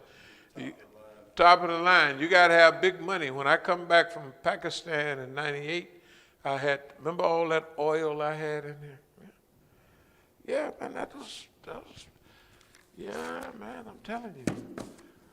But see, it doesn't make any difference. All of that stuff, the people came and they stole buckets of, now they come by here, they leave a couple of boxes of chickens and a little veggies, like to make up. You can't make up for, if you do something wrong, you can't make up for it by giving a little chicken basket or something like that. No, you can't do it like that, you know. We know what the cost of all of this is in their terms. We got them on the run. They don't have us on the run. They don't have, boss man, he done already threw all his punches, you know, in fighting. This first thing, Charlie Shipes and them, that's George Foreman's. He's the guy that fought for the middleweight championship. He's good. He taught us a little bit about boxing. He said one thing about it is, after that guy throw his punches, you know, now it's your time to throw yours, you know, if they overwhelming you. And we kept that in this system we have, in this methodology. If a boss man is throwing all that stuff at you, well, just move, you know, cover up, block it, whatever. First of all, it's psychological and it's economic. So they can't do anything. If you're prepared to sleep under a bridge and you're not afraid of them, there's nothing nobody can do. Those are the things. Everybody else is really, they still respect boss man, even with all of this stuff coming at them. Why the American empire was destined to collapse. Why it was destined to collapse. It's written, and that's 2012. I mean, that's 8 years ago. Now remember, in the time scheme, everybody else is thinking in 8 years, success or failure, you know, from top to the flop and all of that. 8 years ain't nothing. Everything they do, I'm telling you, And we feel this way right now, that we believe 100% in contentment. But now this is a period of active contentment. Active contentment. Active contentment is when you're contented, but you're active for change. You're contented with what your life is. Internally, you are totally satisfied with the way things are with you. But with the world, you have an activism to fix and solve and change and improve the world. Because everything that's going on right now is inadequate. The response, like motiversity, right? It's inadequate. It's good for if you want to be training for, boxing or never give up, never quit, rise up and all of that. Yeah, it's fine for that, but it ain't no good. Why nobody in motivation, and I'm looking for that, maybe it'll pop up, why nobody is talking about the climate, the air, the water, and how to, that's your challenge. You know why they ain't changing that? Because they know they'll run up against the money system. And here, they're still trying to get money and physical power when that's useless. Anyway, let me go a few more and call it a day. Termination Act, Pine Ridge. Motiversity is inadequate. And revolutionaries use the things in their environment. Revolutionaries, or guerrillas. They always teach you use the things in your environment, right? What are the things in our environment? First of all, the history, right? And first of all, it's a weaponless, it's non-resistance, non-violent resistance, right? Therefore, we're not using any, we're not the red power movement, the black power movement. No, we're As-Sabiqun movement. And it is determined at this period that non-violent resistance is the way to move. And then alternative resistance is the way to move. It is, if you were studying and you made a concrete study of all the possibilities, all the methodologies and all of that, I believe a sane person would come up, a sane believing person would come up with the same process that we have. Because after studying,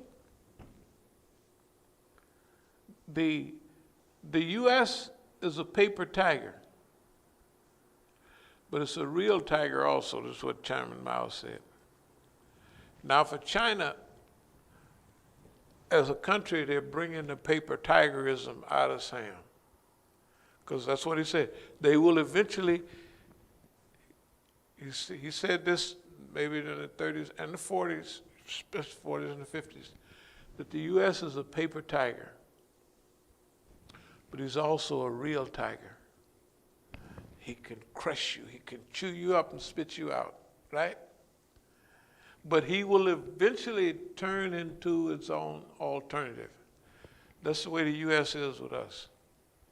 It's in transition. See, now the U.S. is almost, it's an 80% paper tiger for China. There's not too much it can do to it. China's too big, too tough, and right? For you and I,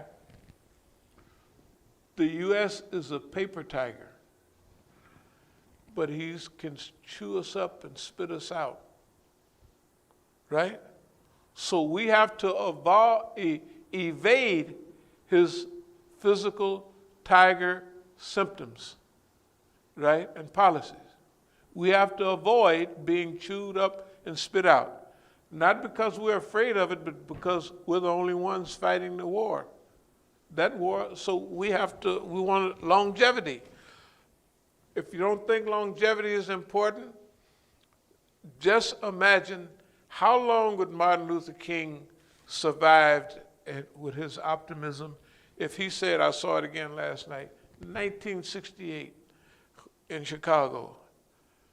He said that these white folks up here, he said, I've dealt with the people down there. He said, this people up here is really something, right?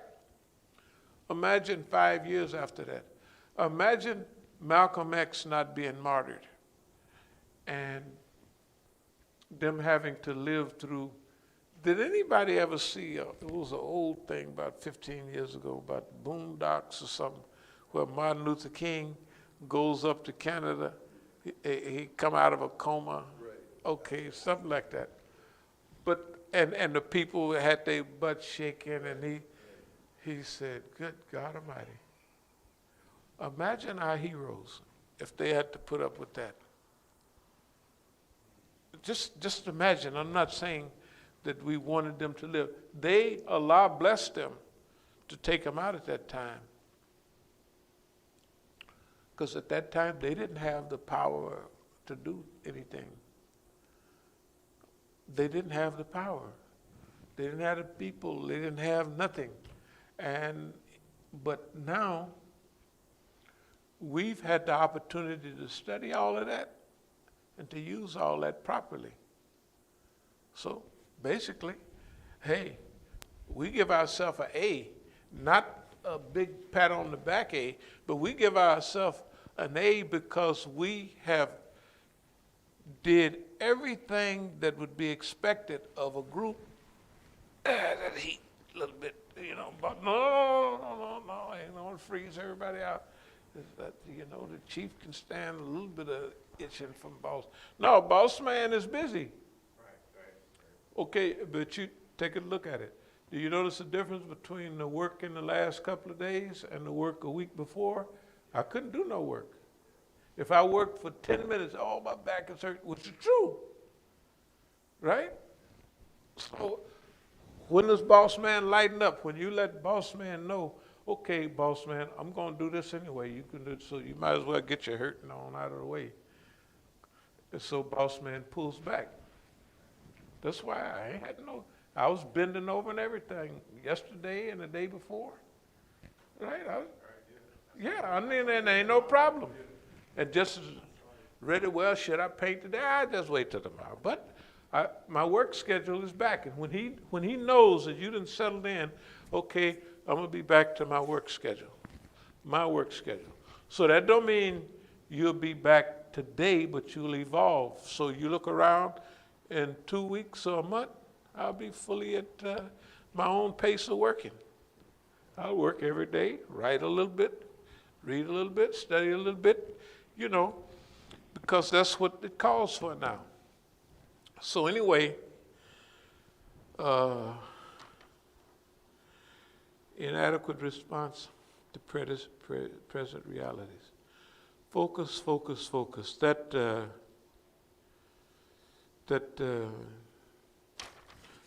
That focus is a big deal. Because see, focus means that you don't let things draw you into its orbit. You don't go for it. If somebody come over, if somebody gonna break in, they're gonna steal, they're gonna have everything. Right? Right? It doesn't matter. Because we're gonna do what we have to do anyway. We're gonna make this, with Allah's help, within a year, it will be the general headquarters of Imam Tufail's Strategic Management Center. And within 2 years, we'll be heavily into whatever you call it, strategic brilliance, let's call it that. Yeah. And within 5 years, we'll be really big time. We will have passed beyond, how can I put it? If you looked at where we was 15 years ago, it would seem like, well, we done kind of eased back a little bit. That's true. But when boss man come after people, they don't regress a little bit. Boss man wipe them off the table. That's why we consider ourselves, like with what we've been dealing with. Can you imagine? Everybody is police in California. Everybody. And then when he even gets your family involved, when we get our money from the government, we're going to give our family we're going to hook them up. You know why? Because they didn't sign up for this. I signed up for it. And if they held out 10 or 15 years, they did a good job. See, a lot of people think this just started. No. We opened that masjid, I don't know when ago, back in 1980. It wasn't nobody there like my son said in the thing. He said, man, that was tough in the day. And he said, it was tough, and we used to do this, we used to do that, and it was messed up. It's true. Okay, they did that. They did it without too much urging, you know what I mean, but a little light urging. But they helped their poor father, and they did a good job. Okay, after the boss man then arrested them, you see I would show their arrest record. They get arrested, both of them, so they would know y'all got arrested for this, y'all got arrested for that. And as soon as you get a little car, we're going to arrest you again. Because the people has had you, and ain't nothing your daddy can do because he going to tell you to do good, and we're going to send these little ugly girls around to tell you how smart you are, right? And they're going to go for it because they're telling you you're handsome, you're smart, you're da-da-da-da-da. And who the hell they want to listen to? They're going to listen to them little dumb girls, right? Little police girls. Of course they are. And eventually the police going to say, well, if you just help us do this, help us do that, we're going to help your father stay alive because we're on his team, really. And we're going to give you a little something and keep you, since you're going to jail all the time, right? Okay. So we know what game we're going to give all of them. Like our nephew that we just got to have it this, and then next day he ain't called here at all. He ain't had no, right? It's so obvious. Well, it's been obvious. It's ridiculous. Did y'all fix that? Y'all fix that stuff up there? Yeah, we got up there. Allahu Akbar, Allahu Akbar. Shoot. Hey, man, that's the way to roll. I said, where's all this stuff hanging down? Ain't nothing hanging. Well, this little piece here, but that ain't nothing. Oh, don't worry about a thing. We need to get like a slightly smaller A-frame. Mm-hmm, because that thing bumps up against here. Yeah. So inshallah, we're going to get a smaller one. No, we'll make dua for a smaller ladder, and then somebody will bring one in, inshallah. No, I'm telling you, if you're specific about this, see, there's no barrier between the oppressed and Allah. No, that's our advantage. There is no barrier. I know it sounds crazy, but everything we've prayed for, we have gotten. I prayed years ago it wasn't ignorance. I just, Allah, keep these poor fellows alive long enough for them to. That's what Allah did. Allah, I got my prayer. Shoot, one is 55 seconds. That boy is 55. Can you have kids 55 years old? I tell them, I say, y'all old as me. I ain't nothing. I can tell you, you're the same age I am. You might as well be 75 and 55. What's the difference? Kids 55, y'all niggas is 55, and you 52, 53, something like that. What I'm going to tell you, if you doing it, you know what you're doing. Right? They know what the heck they're doing.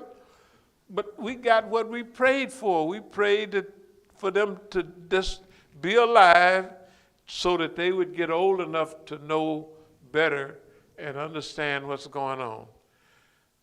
And now they do. They really understand. In fact, they're involved. So we're going to hook them up. Everybody, all the family, going to get a nice little shot, because of their Islamic participation. Remember, they helped remodel the masjid. They helped all of that. All of them did. In fact, when we first opened the masjid, the family is the only one that came because I was big in the dunya. And then my family didn't want people to think I went crazy, so they would have enough people there. So yeah, no, they all came. God bless them. No, you remember longevity. You can't expect people to hold out forever. If they hold out 10, that's not bad. And 15 years, this is 40 years ago. Over 40 years ago now. That's a while. Who, if they last 20 years, that's good. You get an award, a holdout award. That's big. Okay, let me finish up. Our history of theft, Termination Act, yeah. They can't use no Termination Act on us. I'm not bragging, but we're not doing too bad. Think about it. And attitude, most of the stuff you see, they said, well, if we do this, they'll get tired. If we do that, they'll get paranoid. We don't get paranoid. We do like we used to do. The people used to lie so much when I was selling dope. And first I said, man, I'd look in the mirror. I said, you must have 3 or 4 years or something, because them lies them niggas be telling, it just, you must look like a fool or something. And they be telling it. So I just changed my attitude. I said, since I didn't go to the movies and all of that, I said, that would be my story. The niggas tell me a lot. Man, that package you gave me, a bird took it and flew over here. Then a rat got it and run in the rat hole. Then Judy got a hold of some of it some kind of way. And here I am, and I ain't got nothing. And I need some more. So I'd pull out the thing. I said, here you go, boy. That's the best lie I have heard. I didn't tell him that's what I was doing to him. It was my entertainment. I turned in entertainment. It didn't make me no difference. The same guy that telling me the lie, he done bought 20 packages in the last, I don't know when, right? So if I give him one package, what the heck? What I'm gonna do? Tell him, I ain't gonna give you nothing no more. Well, you done cut off all them 20 people, right? So he think you're a fool. What, you don't think I'm a fool? Sure, hey, I'm a fool. Here you go. That's what we do with all of this. That's what we do. If people think you're a fool, you just take it, laugh with it, just laugh with them. Just have a good time. Because remember, in our struggle, we believe that it's not overcoming the system and all of that. This comeback 2021, first of all, it happens once the system knows you make up your mind. The big modern challenge for the early and mid 21st century is to transform the monitors, the people who are hired to monitor, and because they're human beings, they're human beings. And eventually, see, they like to try to make you lose faith in humanity. But I don't lose faith in humanity. I know humanity, what Allah put in humanity. Allah said it. He got you hooked up. You're going to be the highest of the high, the lowest of the low, and in between, all kind of stuff. So our view is this, that we'll appeal to reason. There's an ayat in the Quran that says this Quran is based on reason. And if we keep talking reason, eventually, maybe Tuesday I might give a little example of reason and how it works.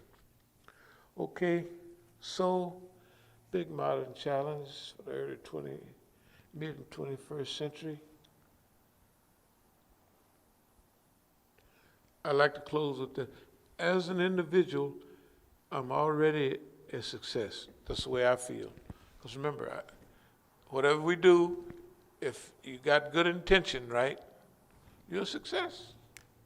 So, right, all I got to do is have good intention. Boy, that is inexpensive, and you get a big blessing.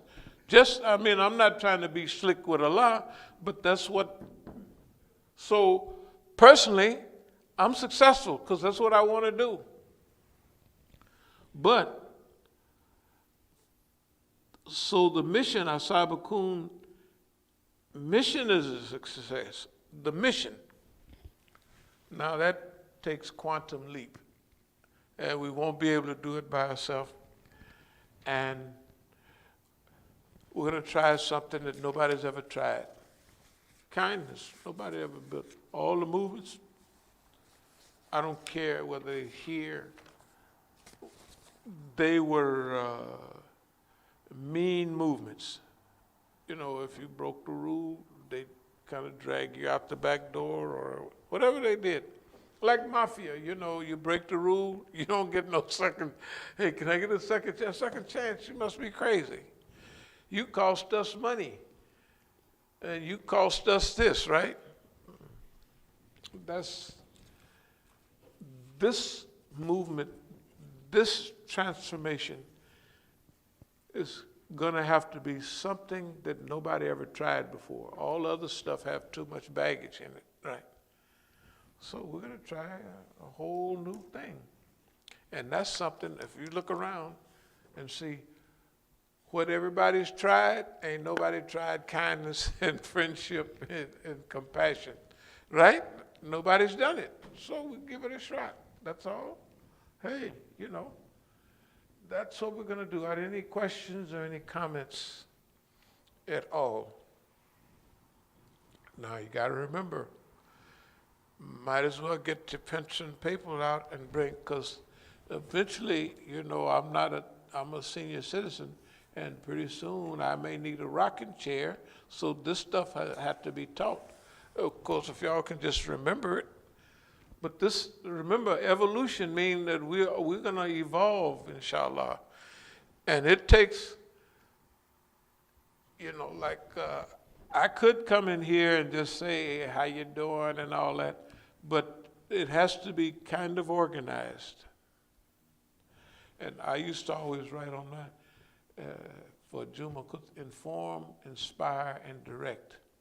That means I wanted to inform people, inspire people, and kind of direct a little bit. You know, that was really over 40 years ago. But still, it's a little helpful. So we have to know, why are we talking to people? And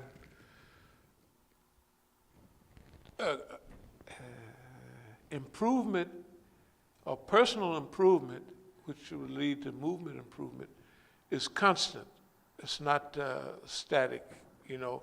Like you constantly self-building, self-improvement, you know. That's where them guys in Motiversity cut off. They do it dealing with only improvement that generally relates to getting some money, getting some power, maybe getting elected, right? And how to use that discipline and to keep going like that and to stay focused and write your own history, but it's not the history that's needed now. We don't need any of those muscle men anymore. We don't need people to overcome, to run marathons. Hell, the people who run marathons, then they run ultra marathons, then they have triathlons. I said, damn, that's getting out of hand. I mean, really, for conditioning, who needs a 50-mile triathlon? When we run up in the hills, they had, when we run our trails, they would have a lot of the marathons up there too. And then they might have a cutoff right here that says this is 26 miles, you know. And they have ultra marathons and triathlons. I guess that's where you ride a damn bicycle. Then you gotta, I don't know, swim. Look, And some people do that. What you learn when you get older, I look at my books, and I used to run 10 miles a day, 12, 8 miles, stuff like that. And it's felt, man, you would feel good. You'd be actually high. It's addictive. But technically, when you get a little older and you feel your knees and ankles, you said, I could have did that with 5 miles a day, right? And maybe you get a little more longer period of time. But this is crucial. When the white man slow you down a little bit, he don't know what he's doing, but he's adding some time on you for the other end. What I mean by that is, we talk about to get 100 years old and what have you. Well, you may not be smart enough to, fix your program to where you get to be 100 years old. But the white man has been helpful. Every time he tried to divert us, right? I was just working on a job. He tried to divert us from the black movement. Actually, he just helped get me the money and the organizational skills, and now when I interact with the black movement, hey, it's the top of the line. And then see the world, travel in the world, see what was in, and then you get a chance. The white man has been a big help. And right now, he's still a big help. Our survival right now, it's enough survival to make people think, man, boss man ain't that bad. Look at that nigga sit up there. He said, punk the FBI, re-punked the FBI. And I heard he went down there and passed out flyers at the FBI building. Who do that? That's 10, 12 years ago, right? Or more. So imagine this go around. That's why little stuff like people coming by, they could have. That's why I told the brother yesterday brought the bucket of mud and was gonna put it in there. Xavier was, yeah, he said, yeah, man, the people, I said, no, you can take it back. I said, and tell the guy, I told him, talk to IU, find out who the guy was, and tell him anything he wants, he could come over and get it. Or just ask us and we'll give it to him. But if he just like to steal, tell him to come on and steal it. Because it's just a damn refrigerator with frozen pizzas and ice cream. This is ridiculous. And he ain't gonna steal the chicken because the chicken ain't cooked. Right? And the box is big, he be running all over there. Anyway, so I told him, I said, because some niggas like to steal, they like, it makes them feel good. I said, so if that's how he is, you tell him to come on over. Just wait till the middle of the night and come on over and steal. Hell, it ain't nothing here. Well, what was interesting was the story you just told about the people who lied to you. Right. Because after I called him, Right. he started looking at the building because he had been here before to work. He Right. started looking at the building and said, I'm talking about examining, like, yeah, I can, the lie that he told Yeah, me yeah. after that, it was like, really, do you think I Right, but that's the beauty about the Negro. Right. The Negro is just, he won't quit, man.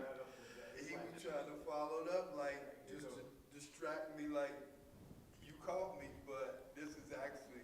This is why I'm here. I'm here ready, man, just to help. I was gonna paint up there, stick something up there, and what else? Hey, man, if you don't treat the Negro like that, you'll hate him, you'll be mad at him, and you'll start shooting him. Matter of fact, I told the other brother, I said, I'm glad it was me, because if it hadn't been you, you would have done something. No, Abdul Latif? Yeah, he would have. That's why he was, I said, no, just tell him if he just got to steal. Okay, remember, that's the level. They're the physical level. He do little boxing and a tough guy, and he's got his son. So he's not thinking about this, like what we talk about. He don't come here enough to hear it. So he's going to respond like, nigga, who you know. Yeah, now I recently had an exchange with a brother too. He said something, and I just kind of looked at him like, you don't get it, man. No, No, you don't get it. that's I why tried to explain it to him, and he couldn't make the jump. He just, y'all got a job. You think I've got a job. Y'all got a job. You think you start teaching niggas and see how you start feeling. You're going to improve. You think, boy, Imam Musa, that boy is all right. No, you're going to do it yourself. You're going to shock yourself. This is the only choice you have. Right. You're going to either kill them, you're going to be mad at them, and then that's going to ruin your life. yeah, that's real talk. Because it goes into the kids, and you talk to you snap sometime. You know what I mean? You don't technically, you have a choice, but then again, you don't have a choice. Either, and then the other thing that's beautiful, remember, nobody has tried kindness before with the Negro. They did everything else, and they never thought, I'm telling you, when they made their moves on Imam Jamil, they knew what they was doing. And they knew where he was. They knew where he was. And just one little stupid thing, he's gone, hell, has been gone now over 20 years. Or about, a little over 20 years. Just think, I'm saying we got to do this for righteousness' sake, but for our brothers, because most ain't gonna get it. What about tribalism? Why they got tribalism in Ethiopia now? Africa done moved a little bit in tribalism, but they light a match and they throw it right there, and the niggas is back all the way to tribalism. And we go hard on each other. I mean, machete chopping up. I mean, that's how we do with each other. It's vicious. It's vicious. South Africa was so vicious at the white man, and they knew the white man was giving the Zulus all them weapons, and Kata and all, man, they just chopped people up so bad. And then, what about the white man? You could chop him up if you want, I mean, but they just won't do it. They won't. That's why we never, with Allah's help, going to respond to any physical violence with each other, because we're just outlandish with it. And we thrive on it. And then you lose all the reason. And boss man is sitting back laughing. That's another reason. We ain't giving boss man no chance to laugh. He is confused. Remember, he got to be confused because we haven't followed none of his playbook. So he confused. He don't know what to do. If you want to see a confused white man, look at America right now. Look at the policy. Right. It said 8 years ago why America failed. That's white folks. They already, in other words, you know, like they were talking about collective consciousness, but that Down got it mixed up. He was calling it collective immunity or something. Collective consciousness is when everybody knows a certain things. When everybody start doing decolonizing, stuff we did in the 60s, it was collective conscious. Everybody was doing it, you know, and one thing fed off the other. Black people might have got it rolling a little bit with civil rights here, decolonization, World War II produced a weakening in the colonial system, all of those things. So it was a collective consciousness. Right now, white people, everybody know boss man is finished. They already know that. This the main boss man. We have an opportunity here. If we can sidestep fighting with each other and get to all of these, technically they are nice people, they just don't know it. American people, and the last thing, they're not going to give them a chance to be nice. We are. All they say is the World War II generations, they did big. Ain't nothing. this one is the biggest. Them young people out there now, we got to give them the opportunity. If they see everything is equal, okay, I'll sacrifice, I'll set this aside. They'll do it. But they're not going to sacrifice if the government has got a big bag, 6 barrels of money, and you don't have but a wallet full, and it ain't nothing in there anyway. But if the program is presented right to them, they're going to respond, and that's what we want to be a part of. So, are there any questions, any comments? People saying, hello, salams. There was a, Is it many people watching this now, or it's got? yeah, I did change it, and I know we stream now to your personal page in addition to like your business page as well. So that should, it's adding some more views. Good, good, good. Personal page, and I guess I think it's because of Facebook's algorithm. Personal content kind of gets prioritized more than say business content with air quotes there. So I think so. I started doing that, try to, Oh no, we're gonna. One thing I'd like, if it's been a couple of months now, if you could. Yeah, I need to get back on top of that. I'm trying to figure out what I might have to fight the bullet. I'll tell you about this other day. Trying to figure out how to automate that DVD burning and stuff. But I'll just have to fight the bullet and just be disciplined. No, if you, all I need is one copy each, and then I'll duplicate. I'll duplicate. We may in the future, when our ship come in, we could go over and buy, them 10 stacks, a couple of more. Maybe you want to put them in your house or something, and that could. No, they. That burns. Them boys burn off a lot. I mean, they. That might actually be a good idea, because then, I'd be able to, right now, when I burn a DVD, it's like I gotta load it into software, and then you gotta wait several hours, and then that's it. But if I did it that way, then I could probably set up 10 recordings, back to back to back, walk away, and come back. And plus, you can record it. Does that have a recorder in it? It did. The DVD drive died several months ago. Oh, okay. No, well, we could hustle up one.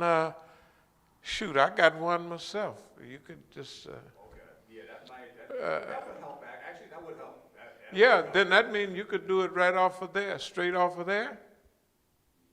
Yeah. You might have to wait a little bit after class. It ain't no problem at all. 'Cause Okay. I know Ahmed used to.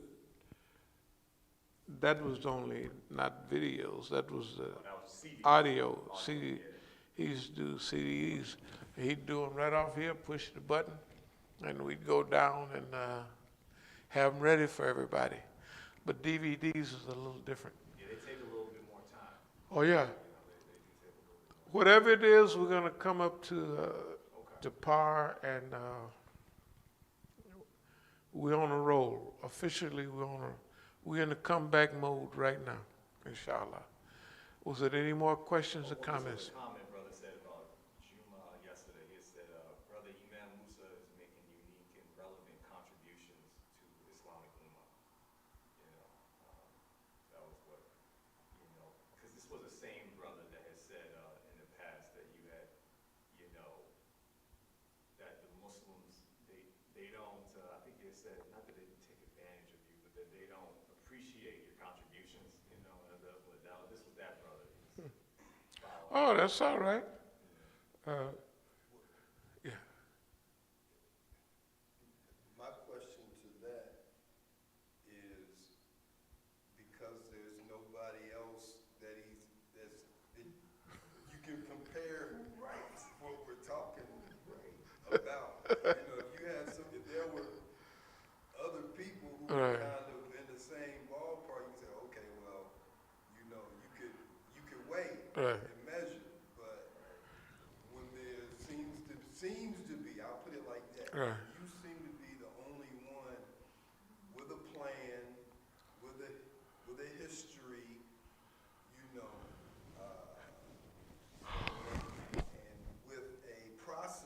Right, yes. then of course I'm agreeing with the brother, but this is a little bit of an understatement. No, but see, look, here's the thing also, remember, when you do this for the sake of Allah, Allah makes this your leisure. This is actually fun. You know, that's the only way I can explain it. This is actually fun, and it's not work at all. It's not work. It's not work anymore. It's not work. It's just fun, you know. And the other thing is the reward system. Ajr comes from Allah. Nobody needs to appreciate it. Yeah, they don't have to appreciate it. If they don't appreciate prophets and messengers that come almost floating on a carpet, right? A flying carpet. How they gonna support? How they gonna appreciate a nigga? He driving a car and talking crazy. You know what I mean? And trying to make it right. You can't expect them. Although we do know the time, the energy, the research. We know that there's not too many people that have had the time, the experience to go through all of those things and still be at a certain way of thinking, a certain attitude. Okay, that's all a blessing from Allah. So and I'll close with this. The other day, we was watching Les Miserables, what is that? Yeah. And this is the singing part. My daughter and them like that, the one singing. Russell Crowe was singing, and the guy that had the stuff coming out his hand, Logan or something like that, he was singing the part. Everybody, there was, so in this thing, the Paris Uprising of 1832, the Paris Student Uprising, 1832. That was what was surrounding the last part. And so, what's the name that had saved the little girl? Technically, he wanted to marry her, but then she got the hots for some other young guy.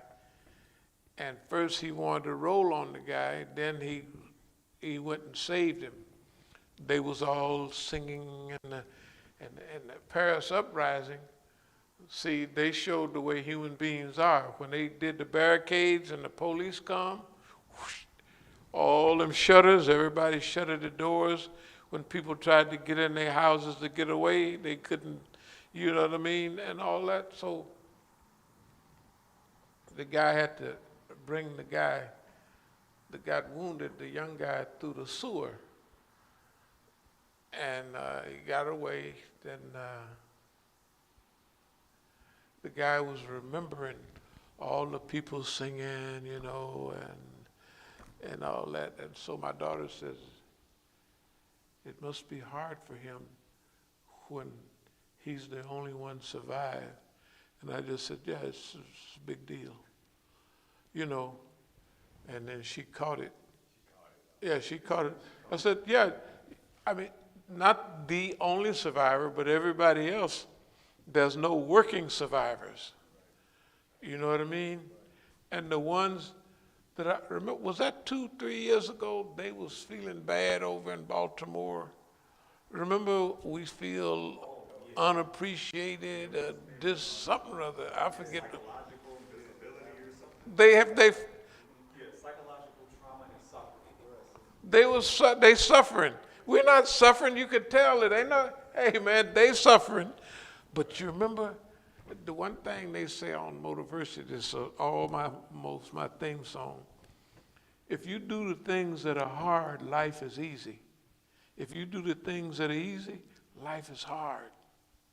And we seem like, what's the hardest thing y'all, bossman, what's the hardest thing y'all got? Well, to talk crazy to me, to do, well, that's what I'm gonna do. And everything is easy. Right, you see what I mean? It's easy 'cause you do the hard stuff. That's what everybody call hard. So give me the hard stuff. I do that. And all this other stuff is easy. They doing what's easy, ducking and hiding and reinterpreting and not saying nothing, and they're miserable. That's what they say. I would be ashamed to write that I feel like I'm despondent because.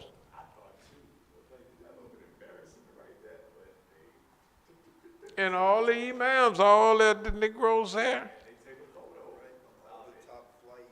the top flight Negroes.